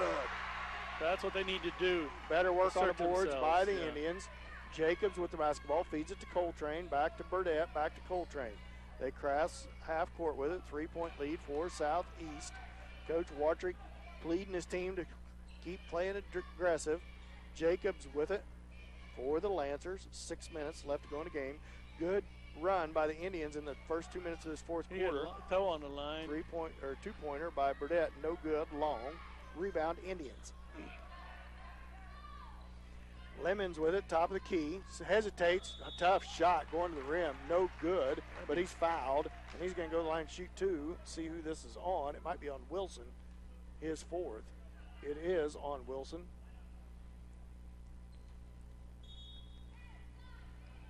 The other good part is it's the 10th team foul on Southeast. It'll be the double bonus the rest of the way for the Indians. 30-second timeout by the Lancers. We'll go ahead and take a 30-second. We'll be back after this 30-second timeout. St. Paul basketball on Hot 105.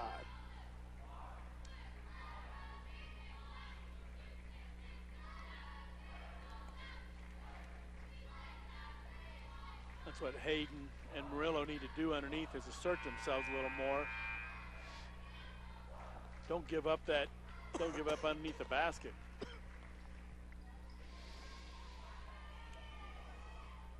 I like the way St. Paul's attacking the basket too. They're drawing fouls on the other team, and they're definitely being more aggressive. Welcome back to Billy Fager Fieldhouse here in St. Paul, Kansas, where the Lancers lead by 3, but Caleb Lemons at the line to shoot 2, trying to cut into that 3-point lead. The Indians really have turned the heat up in the first 2 minutes, 2 minutes and 10 seconds of this fourth quarter. Cut that 10-point lead now down to 3. Lemons trying to make it a 1-point lead. First free throw on its way, good. If the Indians could tie another 5 minutes, 49 seconds like the first 2 minutes and 10 seconds, they would come out victorious in the game, because they definitely have really turned up the heat in the first 2 minutes. Lemons makes both free throws. Full court pressure, 1-point lead for the Lancers, 45-44. Coltrane double team, feeds it to Jacobs. A lot of Indians down there. All they got to do is get it down there. There's going to be numbers. Back to Jacobs, layup no good, and that's going to be a block by Smith, but he's going to get whistled for the foul, and he just fouled out of the game. They called that on Chandler Bradshaw. They didn't call it on Smith. Hayden thought he fouled out of the game, thought he had a good block, but instead they whistled it on Chandler Bradshaw, so Hayden needs to compose himself. He's going to have to play a little bit more. 5:37 left to go in the game. First free throw by Jacobs is through there. Credit Southeast. Once they broke that press, they went hard to the rim with the numbers, and Bradshaw got Jacobs with the body. Back up to a 2-point lead for the Lancers, 46-44, pending the second free throw by Jacobs, and it's right through there, back up to a 3-point lead. 3-point lead for the Lancers, 47-44. Feed ahead to Dent. Dent, ball fake, shot up, good. Good. Rocket pass from Albertini all the way down in the lane. That's what these two seniors need to do. Head to Coltrane. And Albertini take over this game. Coltrane picks up his dribble. Feeds it up top to Jacobs. Jacobs hands it off to Coltrane. Coltrane against Albertini. Dribbles with his left, hands it to Burdett. Burdett to Hendricks. Feeds it to Coltrane into the lane. Kicks it out to Burdett. 3-point shot by him. Long, no good. Albertini swats it ahead. Breakaway layup by Albertini is good. Indians with the first lead of the night, 48-47. Burdett with the basketball. Coach Wall pleading him. Oh, that's a travel. And a turnover on Southeast gives it right back to the Indians. And it's going to be a timeout. Lancers, as the Indians fought hard to get back in this game, they lead by 1. We'll be back after this 1 minute timeout. You're in St. Paul basketball on Hot 105.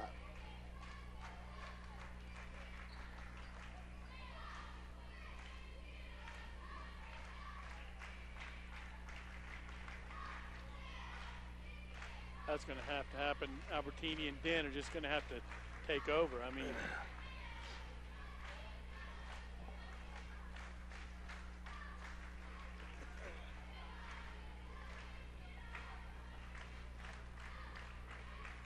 Albertini has 17 points.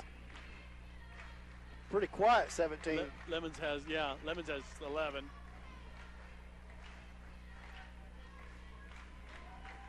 Bradshaw has 6. Hayden has 8.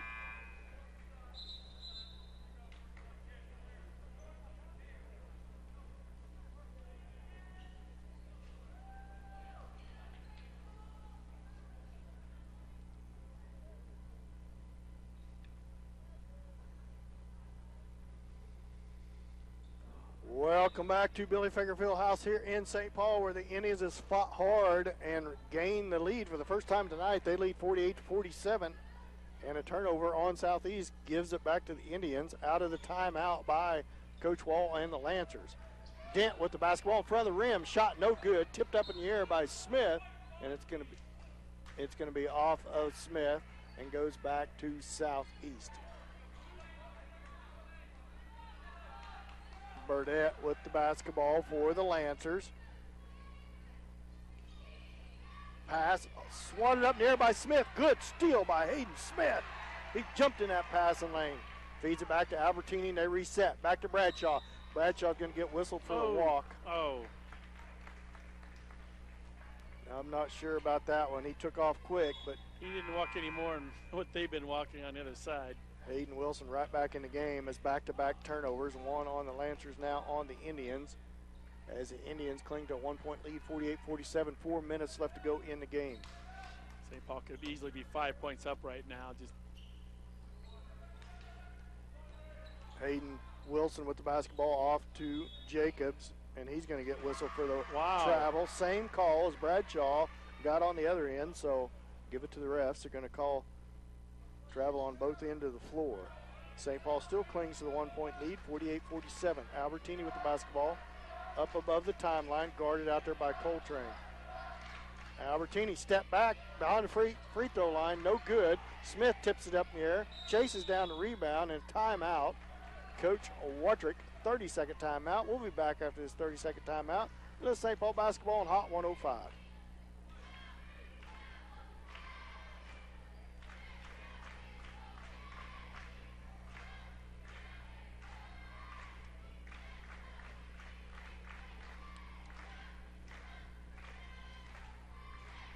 I don't know if Southeast is tiring down or what's going on. I don't know. St. Paul getting lucky. They're starting to finish off on some things they should have finished earlier.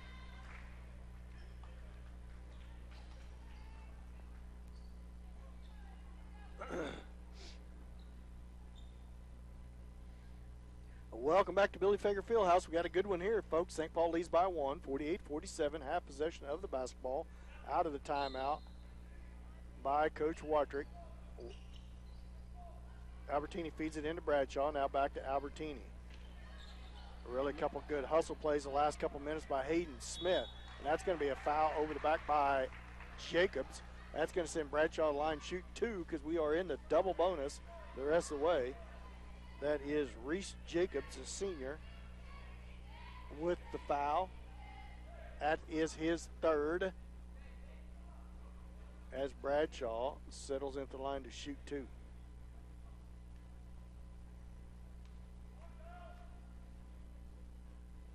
First free throw on its way and good.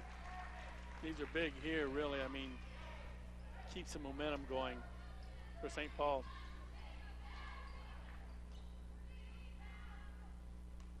Bradshaw makes his first, up for the second. Long, no good, rebound. Jacobs for the Lancers. 2-point lead for the Indians, 49-47. Back to Reese Jacobs, back to Hayden Wilson. Drives against Hayden Smith. Kicks it back off to Coltrane. Coltrane up above the arc. Tries to zig through. Oh, wow. That's going to be on Caleb Lemons on Coltrane. On the floor, I believe. 19 foul to be the 1-and-1. It is a 1-and-1. Coltrane goes to the line, shoots front end of a 1-and-1. 19 foul on the Indians. 4th on Caleb Lemons. So Lemons, Smith, and Dent all with 4 fouls each. 3:15 left to go in the game. Coltrane's first free throw right through there and good. St. Paul's had several opportunities to push us out to a 3 or 4 point lead. Coltrane settles in for a second. It's on its way and right through there. Tie ball game, 49-49. 3:15 left to go in the game. All knotted up at 49. Just 3 minutes left to go. Several Indians, 3 different Indians, 4 fouls each. Really need to make every opportunity out of the offensive possession. Long three-pointer top of the key to Lemons. High off the iron, no good. And rebound comes to Jacobs for the Lancers. Coltrane with the basketball. He carried it. He did carry it. And gets the carry call.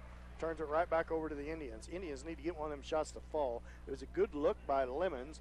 Just a little too hard off the back iron. And not too far up, had it lined up. Southeast returning the favor to St. Paul right now by just giving the ball up on their possessions. 49-49, 2:40 left to go in the game. Lemons slowly dribbles now into the lane. Pull-up jump shot, in and out, no good. Everywhere but down. Rattles back out. Burdette with the basketball. He crosses over, feeds it out to Jacobs, up top to Coltrane. He crosses over, looked like he traveled. Three-pointer by Jacobs, off the rim, no good. Swatted, poked out of bounds. Who's it out on? It's going to be out on Southeast. St. Paul catching a break there. Neither team able to connect on the last couple of possessions. Need to pay attention here as Coltrane gets all over Bradshaw. 49-49, 2:15 left to go in the game. Bradshaw crosses over, kicks it out to Dent. Dent in towards the lane, cross-court pass to Lemons. He drives the baseline, shot up, good. Good shot by Caleb body Lemons. on that. I'm surprised they didn't get a call on that. A little contact, cross-court pass to Coltrane. Coltrane drives to the rim. Double team down there, kicks up top Burdette. 3-point shot, good. Cannot leave him open. That's his 4th-3 for the young freshman and gives Southeast a 1-point lead. 1:45 left to go in the game. St. Paul's got to convert here. Lemons with the basketball. He's going to be fouled by Burdette. It's going to seem the line to shoot 2. Lemons goes to the line to shoot 2. Double bonus the rest of the way. 4. It will be for both teams if the Indians commit another foul. Indians have 19 fouls. Southeast have 10. Lemons' first free throws right through there and good. Knots it up at 52. Settles in for his second. It's on its way. In and out, no good. And we're tied at 52 with a little over a minute left to go. Jacobs with the basketball for the Indians. Don't want to foul here. Hayden Wilson with the ball, feeds it off to Burnett. It's going to be a timeout, 30-second timeout. Southeast will be back after this 30-second timeout. Let's St. Paul basketball on Hot 105.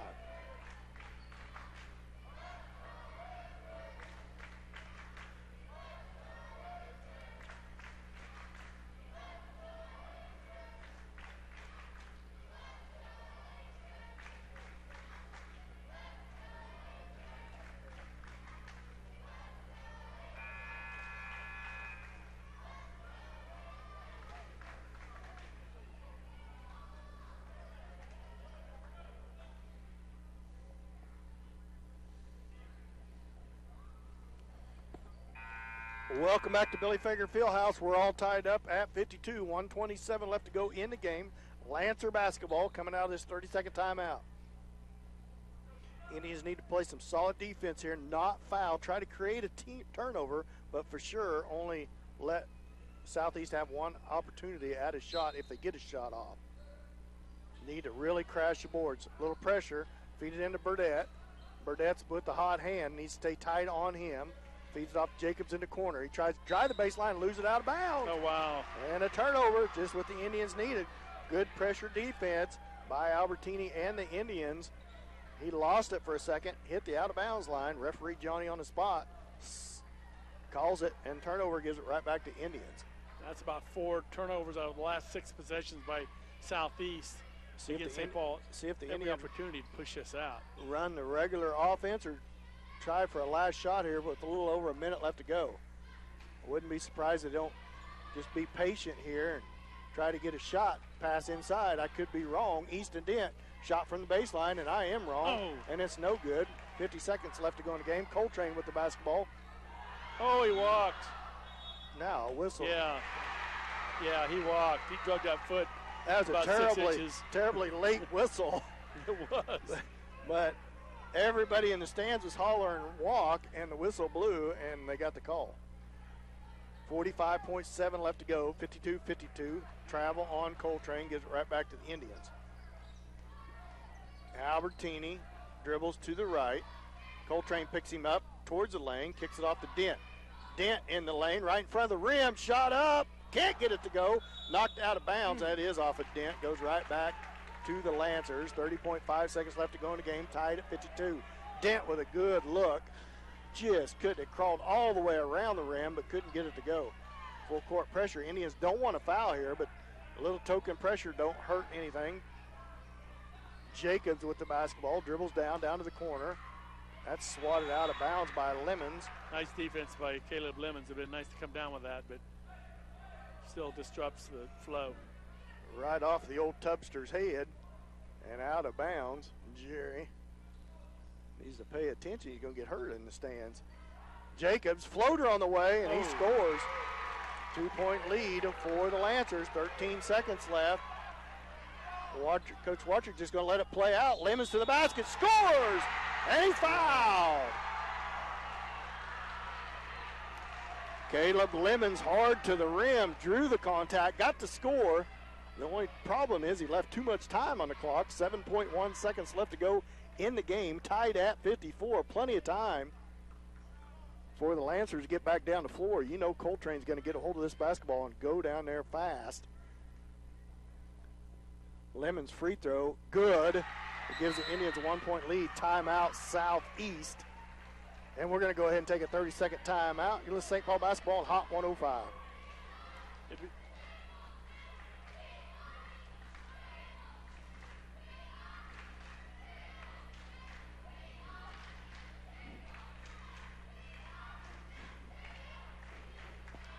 St. Paul just going to have to be careful not to foul here.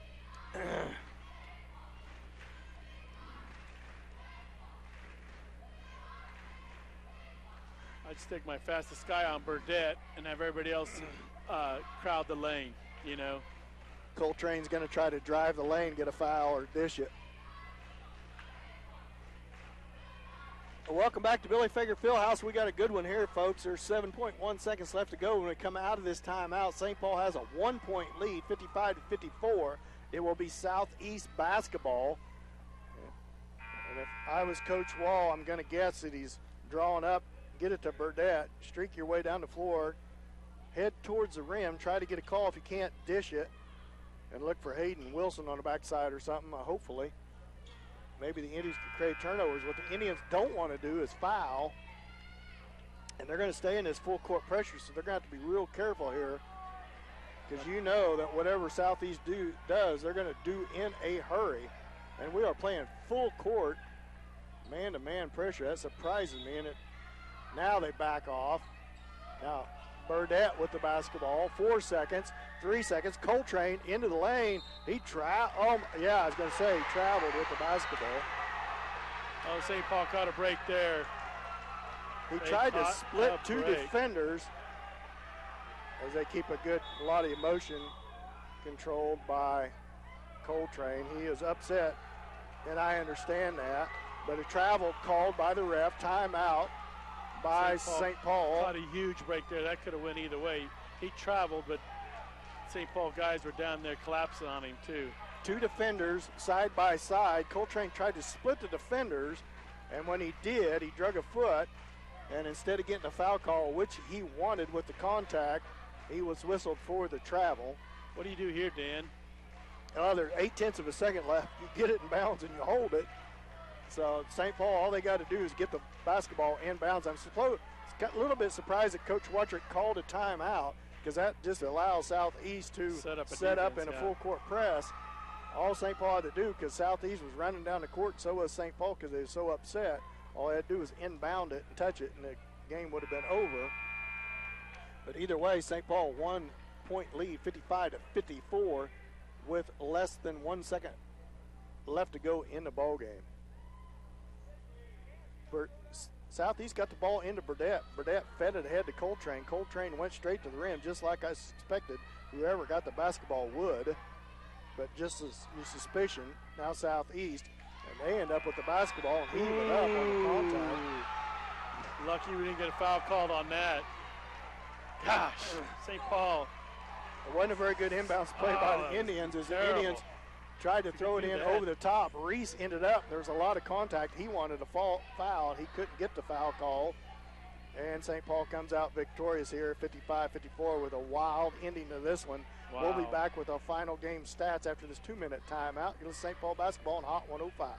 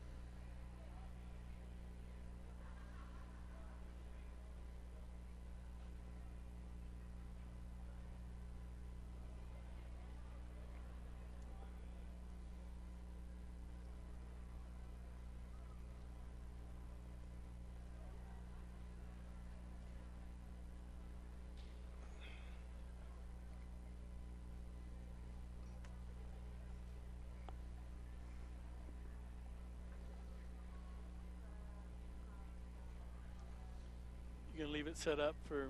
Okay. Yep.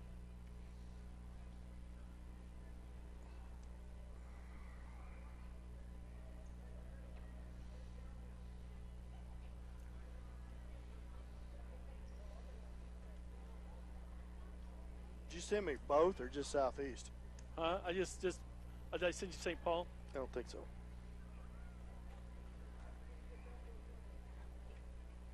Oh, I got it. I'm sorry, Keith. Welcome back to Billy Fager Fieldhouse here in St. Paul, where St. Paul comes out victorious.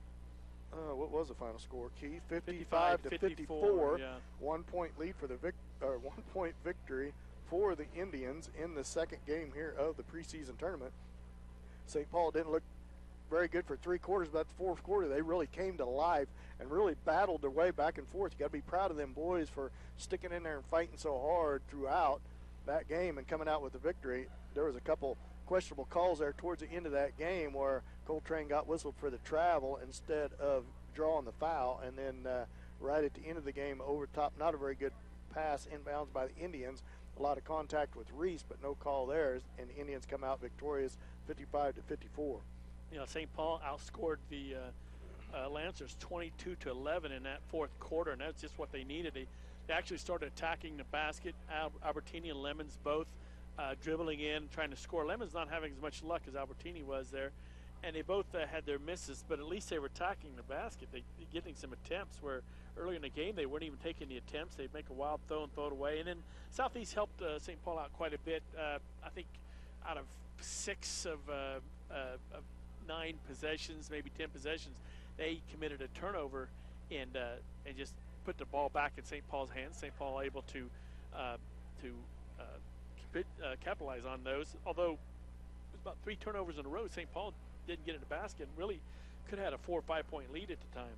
a lot of energy showed by the Indians, a lot of full court man-to-man pressure. As we go down and look at the scoring, Lemons finished off with a great game, 17 points on the night. That's back-to-back good games by Caleb Lemons. Hayden Smith, I tell you what, he caused a couple turnovers there in that fourth quarter. He comes in scoring 8 points tonight. Best game of the year by far by Hayden, not just by on the scoreboard, but also being aggressive and getting some key rebounds. Adam Albertini definitely his best game of the year, 17 points on the night for him. Really picked up the shooting there in that second half, especially that fourth quarter. Easton Dent held pretty quiet tonight, but still good game by him. Got in foul trouble early. He ended up with 4 on the night. And Chandler Bradshaw ended up with 7 on the night. Ivan Murillo with 2. Indians shot 45% from the field, 46% from two-point land, 40% from three-point land, 13 for 19 from the free throw line, 68%. They had 7 turnovers, 4 steals, 16 rebounds, 8 offensively, 8 defensively. So the Indians with a good victory here tonight, and they will play tomorrow night. Columbus, girls and boys. Same start time for the girls and boys. It'll be somewhere around 7 o'clock, depending on how the games go before us. I want to thank Keith for helping me out tonight, and I want to thank Cody back in the studio sticking around so late. And we'll see you all tomorrow night. St. Paul girls and boys come out victorious both tonight over Southeastern, 2 very good ball games. And I want to thank everybody for listening on the live stream and on the radio. We will see you tomorrow night around 6:45. You've been listening to St. Paul basketball on Hot 105. Thanks, Cody. You too, buddy.